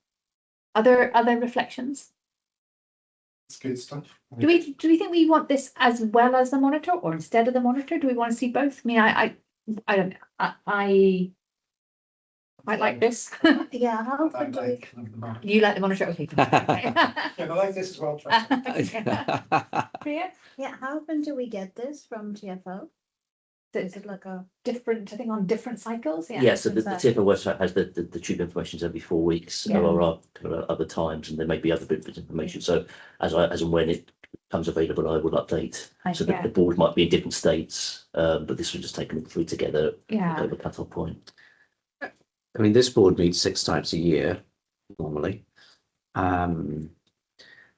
We could, you know, at the very least, we could envisage kind of providing whatever is the most up-to-date snapshot for each of those periods of time. And I guess the question is, you know, is there a case for doing it more frequently? I don't want to kind of create more work than we need, but, you know, does it make sense just to wait until there's a board meeting coming up for you to kind of see this stuff, or should you be getting it kind of more, I don't know, like once a month? But that's doubling the level of effort that would be required on the team in terms of preparing it.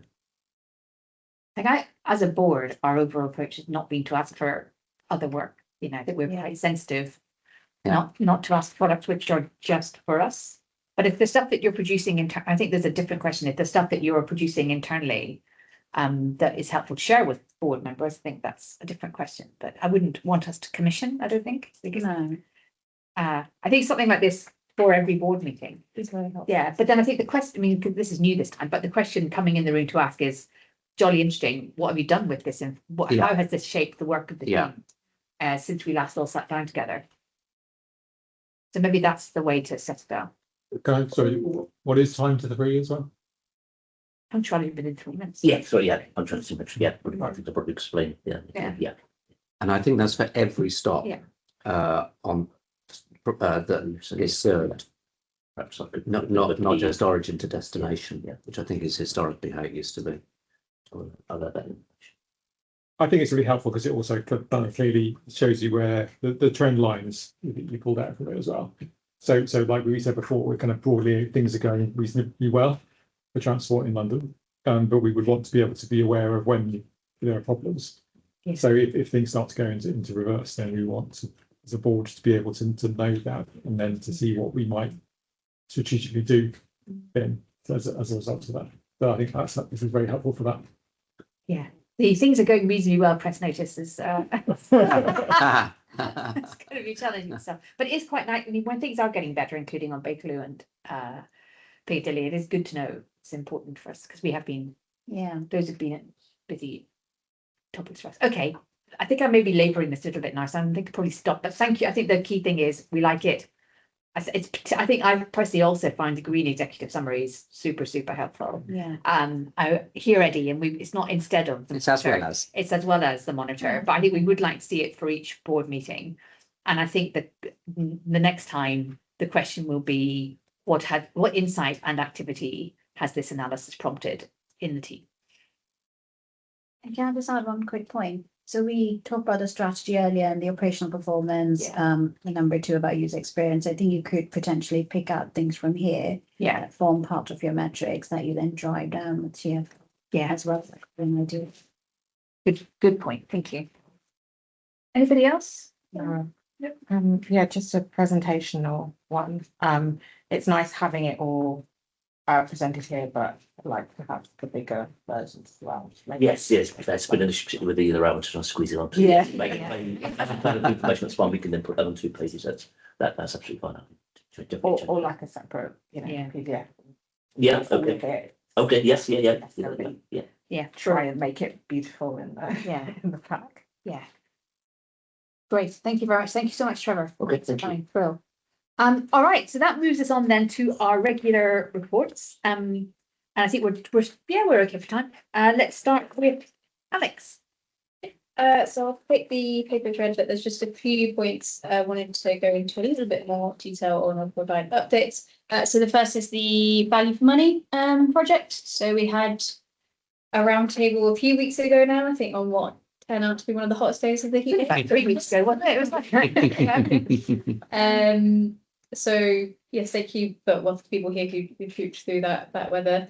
But I thought it was a really useful session, very engaging session. We had a range of stakeholders there, but I think and welcome thoughts from others who attended, but they genuinely seemed quite engaged with the work, which was useful and useful insights and thoughts from them. I think one of the things that was great was that there really did seem to be an appetite for the research and all the sort of the data and insight that we put together in the segmentation, and kind of thinking about how we can use it. That is now the next challenge to kind of pin down and fine-tune is what does that now mean for us. So I think we're looking at publishing the data, so all of the data, because I think it'd be good to have it in the public realm with people so people can use it, but with a sort of an exec summary report that we can kind of overlay our own sort of thoughts onto it and our recommendations to there. So we're just figuring that out. I think a few top lines from me, but again, welcome thoughts from other people there. One is affordability versus service quality, which Trish, you touched on a little bit earlier. I think, when people are asked why they think value for money on London transport isn't great, the price was one of the big things, but then when you ask them kind of what their priorities for improving, it tended to be service improvements. So I think it's something like that, which also sort of feedback I think from industry is that there's more levers that you can pull in terms of the service quality versus sort of the raw price. I think there's also a range of how ambitious you could be, kind of tweaking like smaller things that you can do versus, do you want to completely review the zonal system and things like that.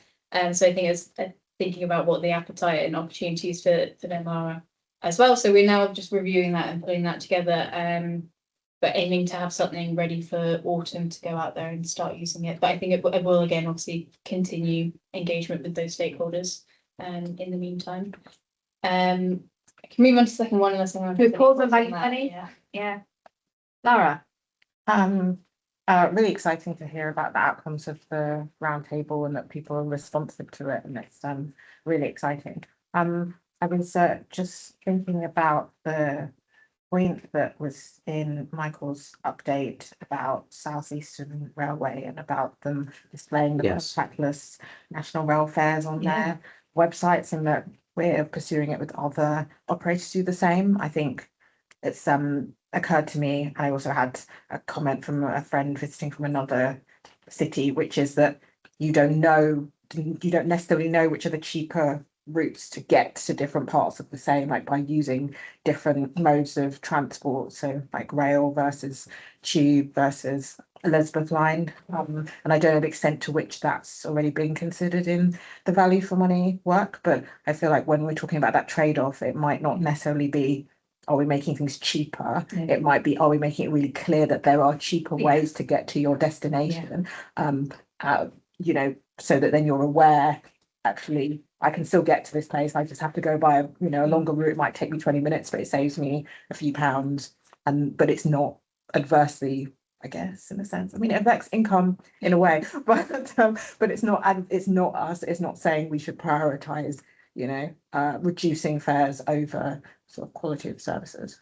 Absolutely. And that is something that came through. And I think both in your point around actually are people getting the best value fare, you can bring down what people are paying by making sure that they're aware of that. But I think also the perception that people have that they're not getting the best fare kind of erodes their trust, and just even the worry that maybe there could have been a cheaper option makes them think, oh, maybe I'm not getting the best value for money. So I think having that really clear, hopefully simple and sort of transparent approach to it, I think could really help. And that's one of the things I think that we did talk about. I think it's a very good point. Yeah. Can I just ask a very tangential point? So with Great British Railways, they're moving to kind of like one branding for the whole network. So just your point about kind of what the cheapest option is. So there's supposed to be an issue, isn't there, about currently tickets tell you you can't use them on certain services, but if every service is Great British Railways, so is that something passenger focus, transport focus is looking at? Do you know? I don't know. I don't know.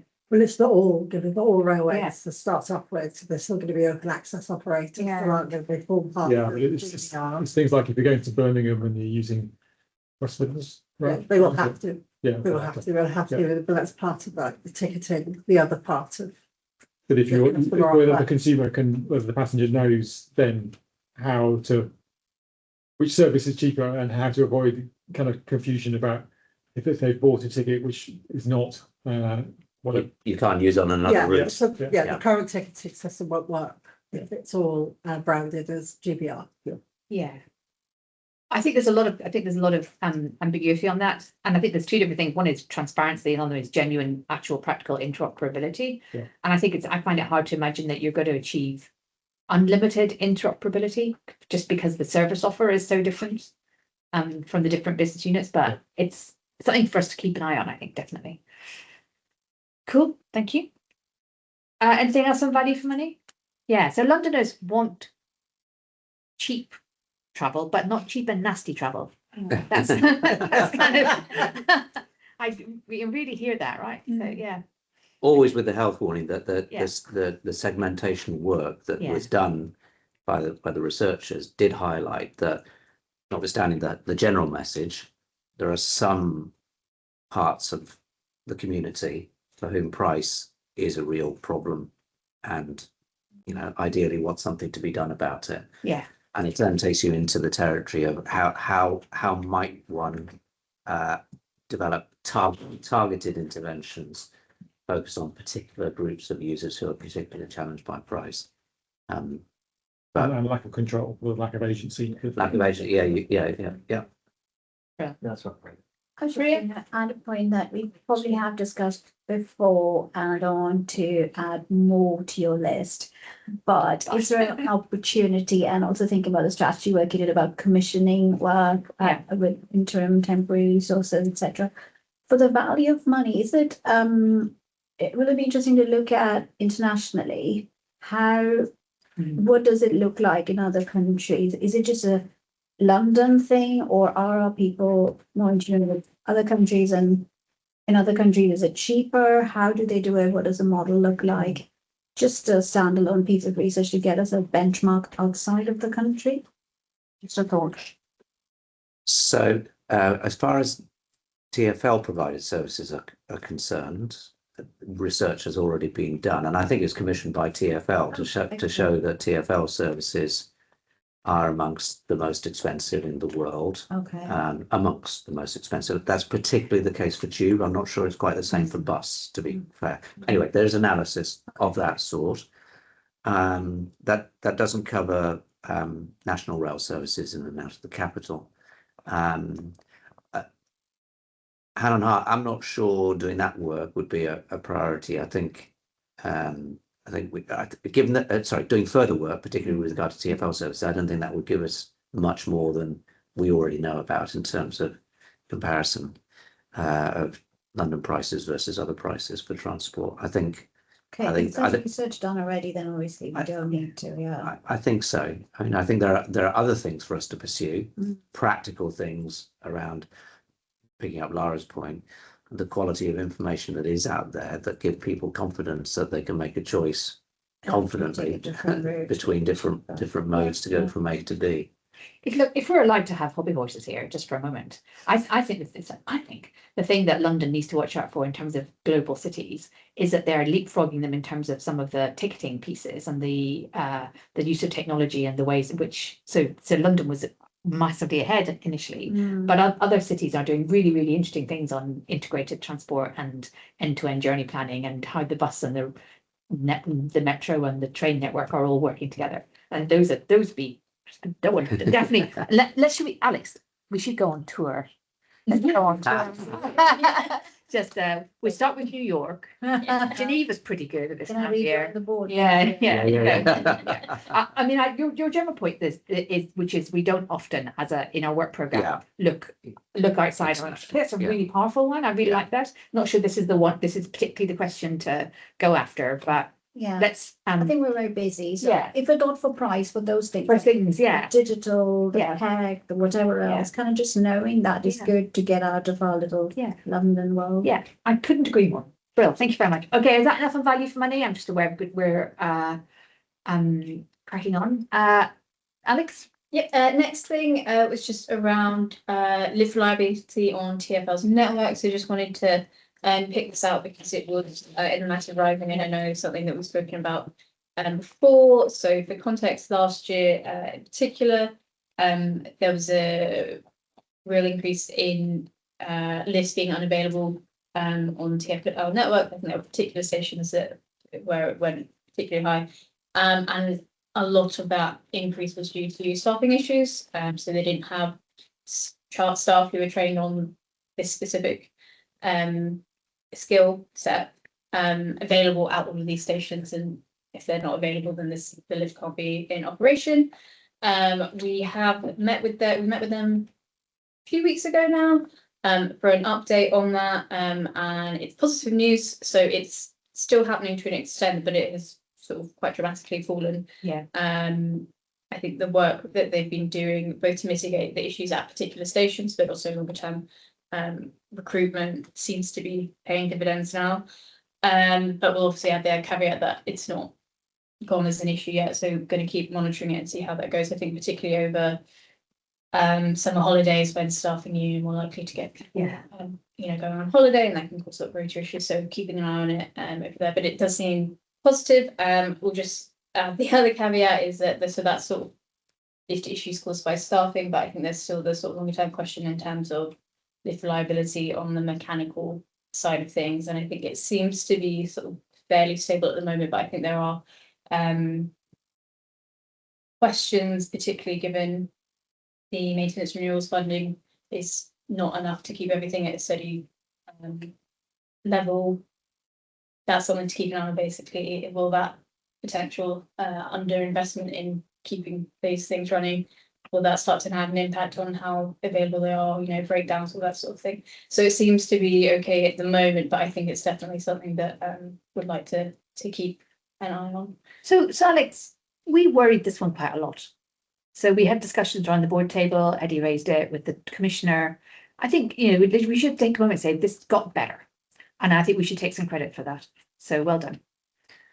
We agree we were going to write on the back Yeah. of this. So we're going to try and capture Yeah, what we have been told. Yeah. And that sense of, and we will continue Yeah, to kind of keep keep it, yeah. keep an eye on this. yeah. Because, I mean, if nothing else, it's taken a lot of hard work to try Yeah. and get some basic Really answers. good. Yeah, So just capturing that knowledge, so it isn't just in your head, but it's all here, but it's also playing it back. Yeah. So you told us this about mechanical reliability. We understand it to be this. It's okay, but it's still not good enough. It needs to get better. You told us this about staff availability and how that impacts. It seems to be getting better. Okay, great, but you need to keep on working. It's that kind of thing which just Yeah. gets it all in a snapshot, plays it back to them. There's something on record, yeah, and we can always go back and hold them to account against it if things start to go in the reverse direction. absolutely. Good stuff. Really good. And good application of our theory of change as per our discussion. So great. Thank you. Okay, keep going. Final thing, just a brief thing. I know we've spoken previously about the ticket office at Northolt Park. So had conversations with Chiltern. That is still an ongoing issue, but expecting that likely to go up very shortly. But yeah, that's the other thing I had. Well, thank you. Lots of stuff in your report as ever. Amazing how many balls we juggle. Any questions or comments for Alex? No. Lara and then Eddie. I was just curious what you learned from Waymo about the autonomous vehicles. Was it useful? Did they actually provide any interesting information? So Michael, you were at that meeting as well, so it'd be interesting to hear your thoughts. I do think it was a useful meeting. Obviously, I think they've kind of given all the shiny presentation on that sort of stuff. But I think it's an area that we've not really had much experience in or done much. So it was useful to kind of have that initial conversation and around some of, I guess, the practical side of how Waymos work, some of the work that they're doing around accessibility, for example, both of the vehicle and sort of the app to make sure it can work for people. I think that was useful, but obviously taking all with a pinch of salt and looking at other sources as well. Michael, I don't know if there's anything in particular that you took from that. It was interesting. I mean, it was very polished. They were selling, weren't they? Were they selling? Polished, promotion of all of the upside. Yeah. And that's as you would expect it. By the way, we didn't actually go in one of their vehicles, so we didn't get that. It was sat around the table being kind of just briefed. I mean, I think there were some question marks. We didn't get into some of the topics that I know that the Transport Committee is quite exercised about. So, for example, is this just going to mean a whole lot more vehicles on London streets, which are already congested, for example? We didn't get into some of that stuff. But if there was an area, there were a couple of areas we asked about. So what's the likely price of the service? What's the tariff likely to be? How might the service kind of form part of kind of a package of transport services around, like, would it be part of TfL's pricing structure, or would it be different to that? Which kind of felt important, but I don't think we really got any answers on how that bit works. It was more about the operational side and how they're safe and so on and so forth. But really interesting, and credit to them, they reached out to us. Good. Amazing. That's very good. Thank you. Eddie? Yeah, I was just going to ask about your report. One little part of it, that's the word future e-bike regulations. Can you tell us a bit more about that? Because my concern is the word future. We've heard the London Assembly Transport Committee talk about needing regulation and leaving it until devolution and powers under devolution. We've heard Heidi Alexander talk about that earlier this year, about devolution and new powers, and you've used the word future. So what is anybody doing now about regulating? People are getting seriously injured every day on the London streets. So it should hopefully be near future. The devolution, I can't remember the exact name of the bill, but that bill has passed. So they've now got, or they should have, in theory, the powers now to regulate. So they're looking at regulating, but I think they're still figuring out exactly what that regulation looks like. And I know some people in the Assembly, for example, are quite interested in that and shaping that. I think it's very much still a work in progress, but I think, actually, Tricia, you mentioned the e-scooter trial. I think that's potentially a little bit of a model or a starting place for how that works. So I know the work is ongoing at the moment, but obviously it'll take a little bit of time to flesh that out. And I think it's also important when they're doing that to, I guess, try and make it future proof. It's not just about what's happening now, it's how it might also evolve and making sure those regulations are sufficient for that as well. But don't know exact timings. Should we see if we can find out a little bit more about timescales and report back? Yeah, that sounds good. I mean, I think I get that sense of urgency from you. Yeah. That's really powerful. Practically Yeah. every single report that you read talks about parking the bikes Yeah. and obstructions on the pavements, but none of them are mentioning the fatalities and the Yeah. serious injuries. Yeah. None of them. Okay, well, let's chase that down. That sounds, thank you for flagging. All right, thank you. Anything else for Alex? No, just once again, thanks for so much that you're doing. It's excellent, thank you. Right, now, Luke, we don't hear from you enough around this table. Would you like a biscuit or an orange? Yeah, no. So if you want to say, I mean, Sonia's obviously not well today. Very happy, if there's anything that you want to say to introduce Sonia's report, you'd be very welcome. Or we could just immediately open it up for board members to ask questions. And if you want to help answer them, that would be great. But if not, that's also. Yeah, it pretty much speaks for itself, I think. I'm sorry I'm here. I'm a poor imitation for Sonia. But, Come on. Good to see you, if I can answer the question, I will. Some of the stuff around the website feedback, that's really Sonia's domain, so I don't really get involved in that. But around the press stuff and the podcast, things like that, social media, that's sort of on my bag. So if you have any questions, then feel free to fire away, and I'll do my best to give you what should be a good answer, but for the homepage. I thought 133,000 views for the bus speed. I wouldn't claim that I always know what good looked like, but that sounded like a very big number. Yeah, that was our second most popular Yeah. tweet of all time since we opened our Twitter account, now X, in 2010, I think. So that's like 16 years. So that's our second best. Very good. All right. That was helped by Lord Frost. He retweeted it, sort of thing. So he's got 100,000 followers. So that was like that sort of started it off. And it was strange because it used to be with the old Twitter, it used to be very much you put a post out and you would get all that straight away. But that one I put it out, I think, on the Thursday, and then it was actually the Friday where it gained all the traction. So algorithm has obviously changed.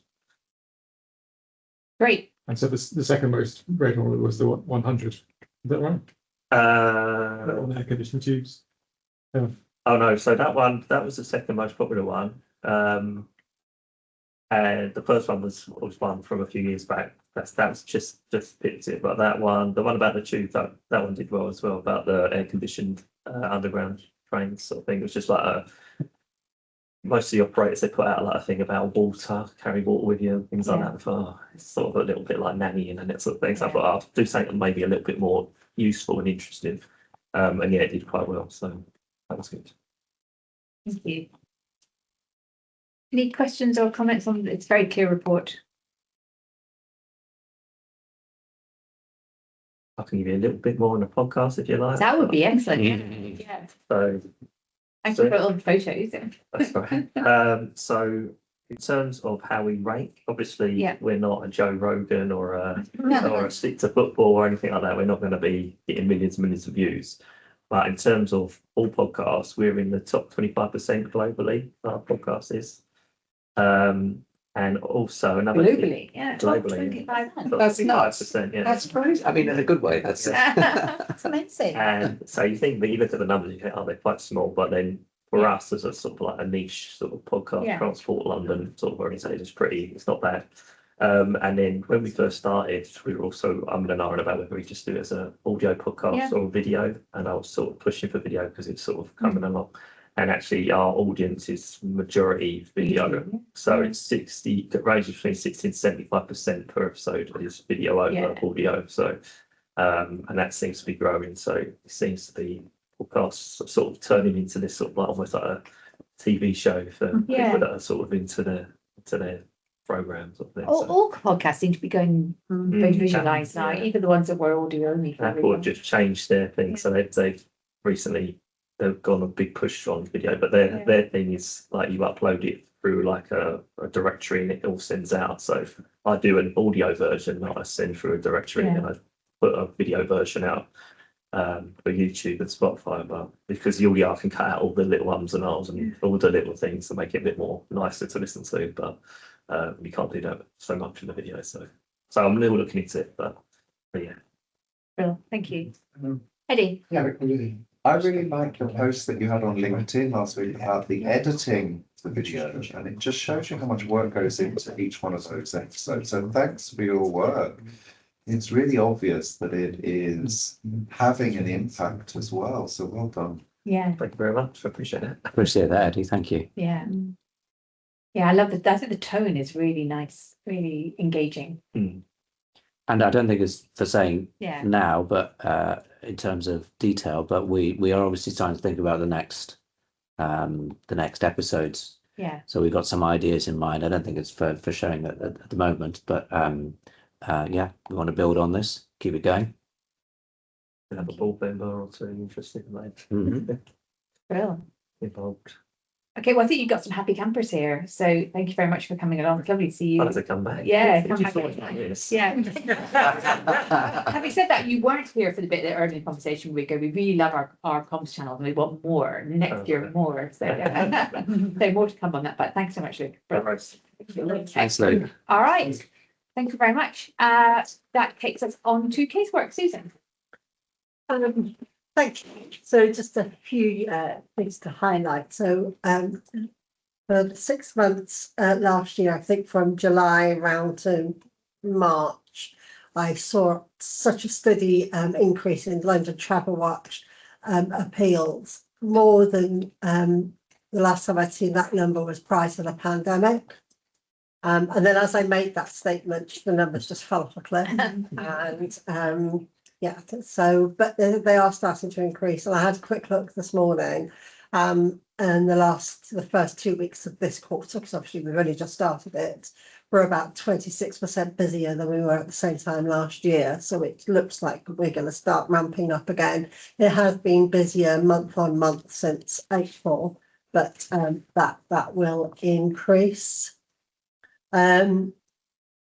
It was very interesting. It was very interesting for me anyway to see that the Rail Ombudsman had upheld more appeals this quarter than any other quarters they started in 2018. They upheld 18. I've just never seen numbers like that before. I had a look to see what they were all about. Yeah. And it was almost all of them were about delay repay. But obviously I can't see like the detail of it. One of the reasons our numbers have fallen off is because of contactless is now at Stansted, and we used to get such a large number of contact about penalty fares that had been issued at Stansted Airport for people who had travelled on contactless, but contactless wasn't accepted then, but obviously it is now. So that number has fallen off quite considerably. I'm just going to whiz past transport focuses.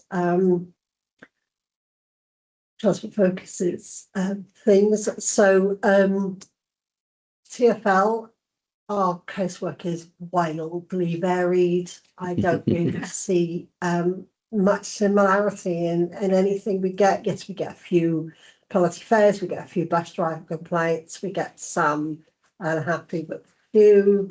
What is interesting at the moment is we are getting cases come to us that the Rail Ombudsman have already dealt with, but the passenger remains unhappy. For whatever reason, and what we can offer, which the Rail Ombudsman can't, is like that helicopter view.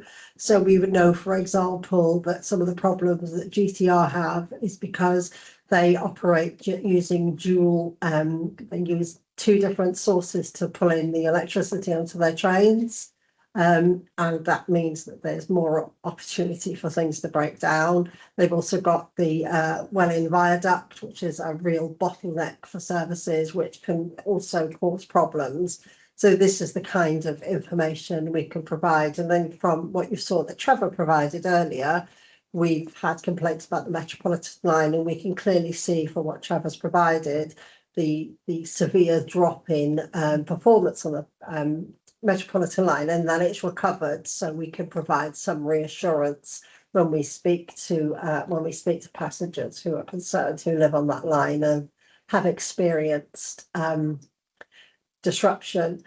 One of the new things for this week, for this quarter, is cases reopened. We've actually found a way to actually how we would pull that out easily out of the system. We receive a lot of comebacks from people who are unhappy that we haven't been able to provide the outcome where they're looking for, and we really need to think of a way to manage these because they take up a ridiculous amount of time of the casework. We need to almost cover one and done. We can't deal with it and it's closed and there is no further argument. And to release their time to spend on for people that they do need to put extra effort in. For example, I sat on a call this week with Mag, so she was talking to the train line about a case, and it was complicated and difficult, but now she has got a much clearer picture and can then make further challenges. Without making all that effort, she wouldn't have been able to do that. I prefer to see the team doing that than wasting time with people who just want something that we cannot give them. So that's one area that we will be thinking about this year. We have more successes than we do with Transport Focus, as is explained. We are still the appeals body for most of TfL and all of Eurostar. So our successes will be this. The Ombudsman have got all of our very quick successes that we used to have prior to their being in position, all the little quick wins we used to get. Obviously they get them now, so ours are a lot harder one. And the Rail Ombudsman is getting a little bit busier. And then some of the information I've pulled out of their complaint data that that passengers are willing for them to share with us. Some of their complaints is not about the original disruption, but it's about the way the complaint was subsequently handled. Yeah. Well, what I can't say is whether the complaint was handled well, but the passenger didn't get the outcome they wanted, yes. And then we'll complain about complaint handling. Yeah. That's not actually clear, but you can see a difference. And one of the big things that are coming out is the impact of disruption. There's significant disruption we spoke earlier about on TfL, and it's happening on the railways as well. And the delay repay doesn't cover the inconvenience that passengers have experienced. So your train is constantly cancelled, and you're late to work, and it happens over and over again.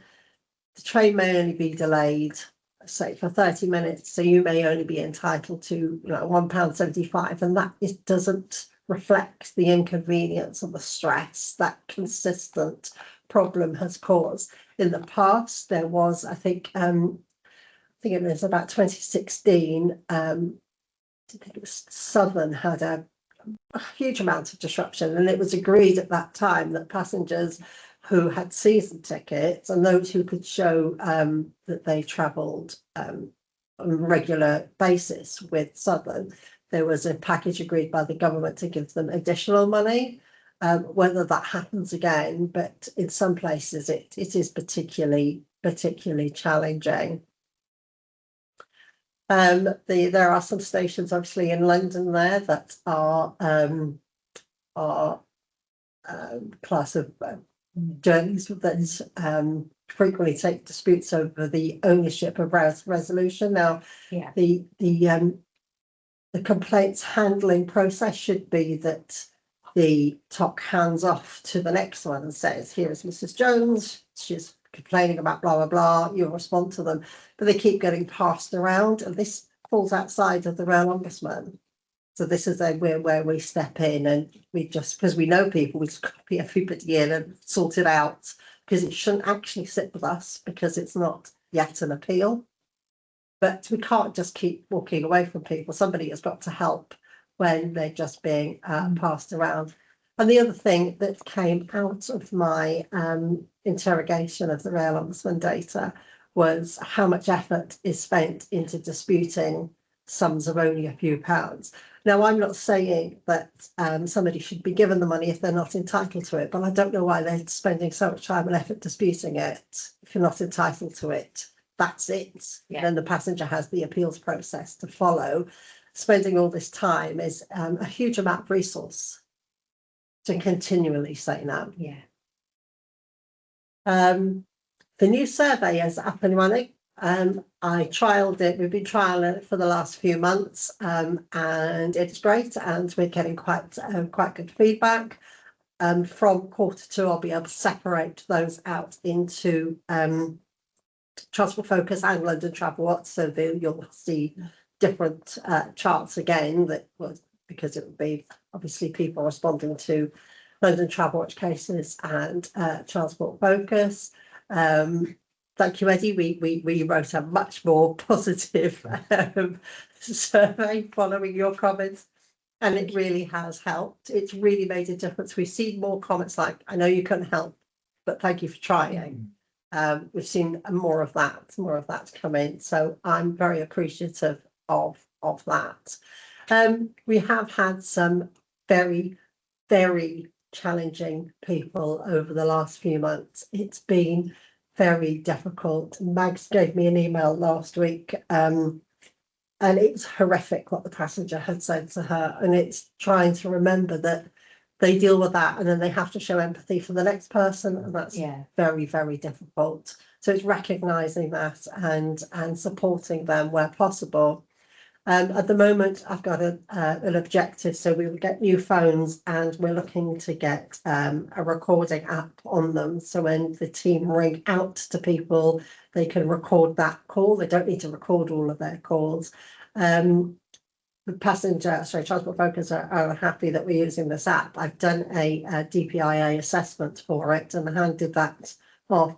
And what I'm very keen is that recording and the app stays completely separate to the CRM. So the only thing on the app will be the person's telephone number and the time we rang them. There will be no connection to the CRM, and they will be the recording will be deleted after 30 working days, or 30 calendar days, I think, unless we pull it off and we put it onto the case ourselves, in which case it's the rules of the CRM that would sit. It would still get deleted off the app. And Luke has been amazing and really helpful with this, because this is quite an area that he leads on for the organisation with GDPR as well. We both think it's fine. We think it's actually safer and there's less opportunities for breach, but I need to wait for Transport Focus to come back. And then at the end of the report is actually Trisha's favourites, where passengers have actually written back and told us how thankful they are and how grateful they are, which is always so nice to read. Really nice. Thank you. That was really helpful. I'm actually really glad that we had some proper time to reflect on the casework report, because sometimes we get to this quite late in the meeting, we don't really have time for a proper discussion, but we do today. And I thought you covered an awful lot of ground there, Susan, and I'm just starting where you finished. Yeah, I do really like the verbatim feedback, but it's also very clear how very rude some people have been to your team as well, and that's kind of just not acceptable. And people deserve to be treated fairly, and I think we all feel that. So that it was great to hear about the recording initiative, the new survey. Really good to see the Rail Ombudsman insight as well. So there was a lot in there. Colleagues, questions or comments for Susan? Are you, Susan, now happy with Bounder's performance and how they're doing? No, I am happy, very happy with the team that provides the work to us. They're excellent. They really are. They're really interested as well. I mean, that's just and I always like to hear from them as well, because if they ask questions that nobody asks me anymore, so that's really great.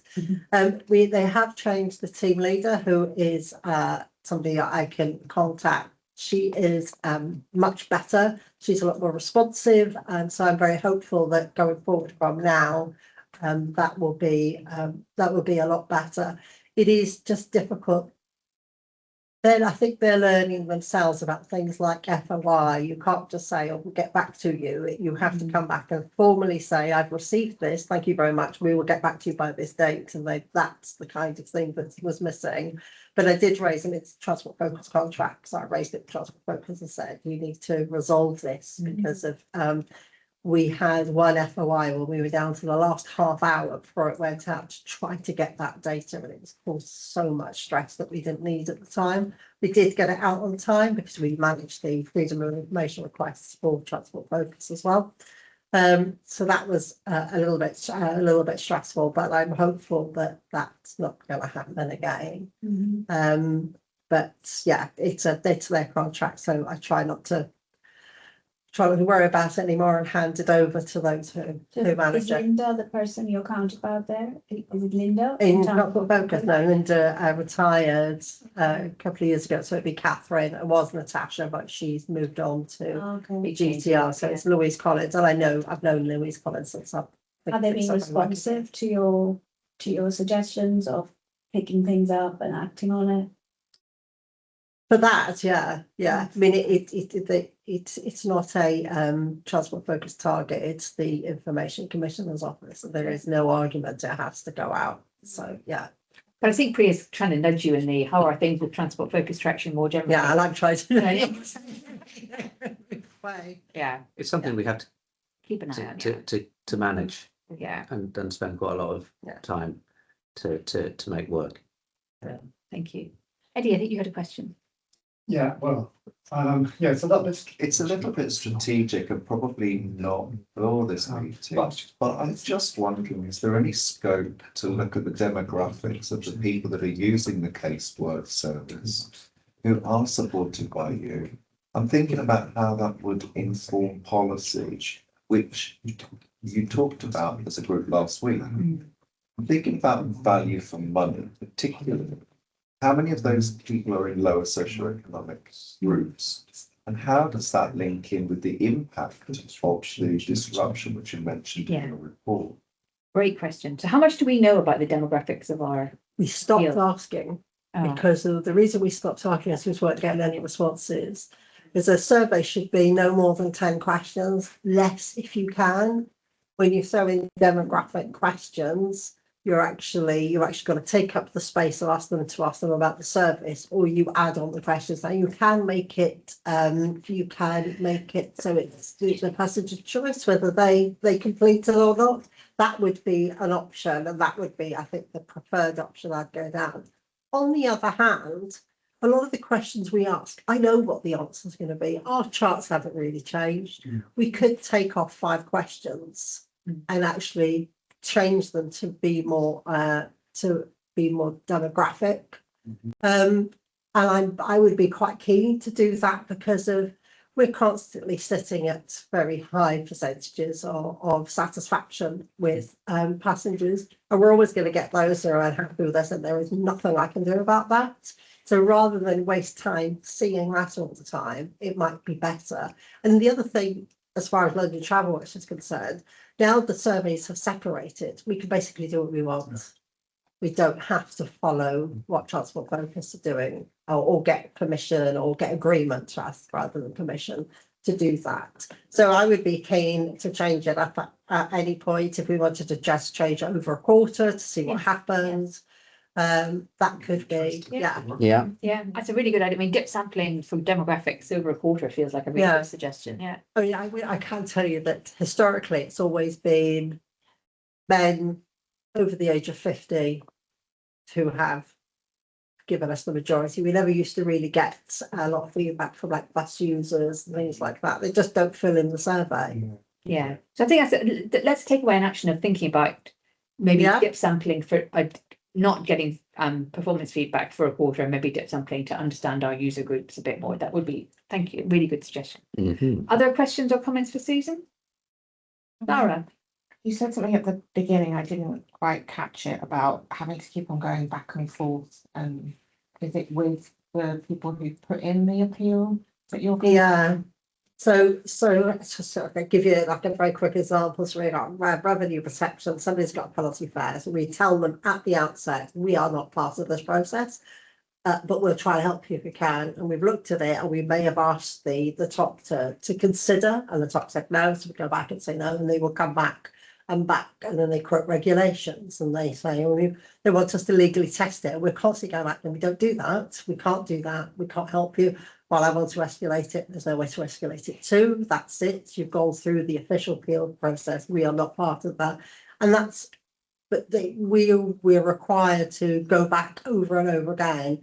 I think we need to stop that and really be very, very hard, and that's it, we're done, we're not going to come back to you again. Because it does take effort, and these are the ones that I would say can become the nastiest stuff as well. I don't see the point. It's not within our gift to overturn a penalty fare. You said at the moment you have to keep on going back. Is that a policy choice, or is that what's We're expected to always answer. Up to a certain point. I mean, it can escalate to me. If it's a London TravelWatch case, it escalates to me, and that's it, and I can say no more. If it's a TfL case, I can tell them to go to the LGO, who have come out either side of us, but a Clock or Eurostar, no, I would be the last point. Transport Focus have more layers, so it would go from me and then be handed over to them. But they would expect us to at least try and appease the person. Whereas I think we can't help them. It's not helpful to any party. Thank you. I've got one tiny, this is a tiny question, sorry, it's a clarification question really. It's on the reopened cases. Is this reopened, are any of these reopened cases which came in before they'd gone to the operator, which you say the majority of cases have? And then they go to the operator and then they come back, or these people have come back and chat, and I mean, some people come back and challenge us about to reopen the case and respond to them. Yeah. But some people come back and say, "Oh, I found this." Yeah. I mean, if somebody comes back and says, Yeah. I actually have found my tickets. Yeah. Can you help me? Yeah, of course. We'll give it another go. Yeah. Okay. But it's not people who've come into our system. We've said you can't come into our system yet because you've not done all the other things you need to do. You haven't waited long enough. And then they come back and say, well, I've done it now, but I haven't got what I We wouldn't usually reopen a case for that. We'd create a new one. Great, okay. Just link them. Yeah. I'm getting really down, but it's interesting, right?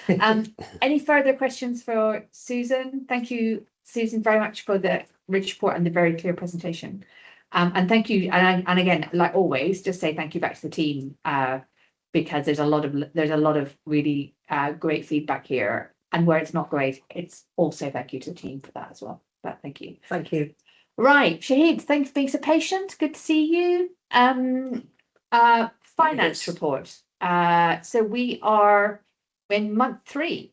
So so I think you can take the report as read, but do you want to just introduce any particular things you want to draw the board's attention to? Thank you. Yeah, I think the main thing just to highlight is we are slightly overspending on legal costs, often to do with in connection with the one-off HR issues that we've got. Yeah. I think we have discussed this previously, so we'll continue to monitor that over the next few months. Once we've got a clear idea of what sort of the final outcome is going to be, we'll sort of look to draw down some extra reserves to fund those, but we'll be in discussion with yourselves over the next few months. Thank you. Thank you. And as with every other year in every other organisation I've ever worked in, Q1 project costs never really get out the door. I don't know what it is. It's like huge kind of characteristic of everywhere. But we did spend the money last year in the end, didn't we, Alex? So I believe. Great. Thank you. Any questions? I think we understand where we are with the legal costs. We're keeping an eye on the reserves, I guess, would be the consequential changes to the reserves. Michael, is there anything that's bothering you at the minute? No, other than there's a degree of uncertainty about the legal costs and other like uncertainty. No. But I'm afraid that's the nature of the beast. Thank you. Any questions or comments? Everybody's looking happy. Oh, that was easy, Shahid. Thanks very much. So we're noting the update, the report. We're noting where we are on the certain legal costs and the trajectory on project spend. We're monitoring reserves, but we're otherwise happy. I think that's it. Thank you very much. All right. Thank you. Bye bye. Thanks, Shahid. Thanks for your patience. Right. The risk register. Alarmingly, we've hit the risk register with 10 minutes still to go, Michael. Risk in itself. That is a risk. Yes. How do I manage that? Put that on the register. Yeah. So just a kind of quick reminder. This is Michael's risk register, we have a look at its principal use is to help the team make sure that risks are being managed effectively. I do think it is quite interesting to look at the risk register this month, having had the conversation about strategy an hour and a half ago around organizational form and strategic objectives. And I think when we come to refresh the strategy, refreshing the risk register at that time will be a quite sensible thing to do. But for now, Michael, what is there in here that you'd like to draw attention to? So I agree with everything you've just said, and I think hand on heart, although we as a SLT, we look at this every month and review it hand on heart, I think it probably needs a little bit of a fundamental relook at some of the way that we capture some of these things. We've talked about kind of single points of failure, which sounds overly dramatic, but we talked about that in the context of the strategy review, and perhaps that's not reflected as fully here as it ought to be. I mean, a question mark as to when we might want to kind of recalibrate, possibly rethink just the whole process of specifying and managing the risks. And I'm not sure when we might do that, how we might do that, whether we want to involve board members in that. But that is probably something we need to think about doing. I think I don't know, colleagues think I would have thought the logical way to do it is to dock it against our new objectives. That's the risk register is about risks to achievement of the objectives. So we're just about to recast the objectives. We maybe should refresh the risks against those objectives, if that makes sense. So that's big. That's a bigger picture. That's a bigger question, as it were, in terms of what's on the register at the moment. It's signaling no change against each of the items, pre and post mitigation, just in terms of, again, some of the kind of the finer grained detail. On the positive side, I think the first risk, which is around the extent to which the rail reform agenda might impact us in some way, I think the movement is positive. It was in my chief exec's report with regard to the railways bill that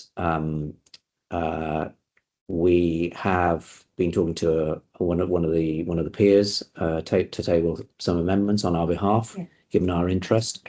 And I believe today those amendments should have been tabled formally, but I need to go and check. But the headline is things seem to be going in the right direction as far as that area is concerned. Just kind of stepping back from the detail overall, I mean, it feels like quite on a day-to-day basis, it feels like quite a challenging time at the moment. I mean, Susan has reflected the fact that the casework team is having to deal with some really difficult customers at the moment, and Susan does a fantastic job in keeping the team motivated, here and happy. And that's not to be underestimated, but that's a bit of a thing in the system. We are down one member of the team in Alex's part of the organisation due to long-term sickness, which means that we aren't progressing as quickly as we would like, for example, on some of the work on accessibility. And one of the things that we have talked about but not yet put into operation is thinking about how we might put in some short-term resource to cover that. I think that is the time is now right to be thinking about that.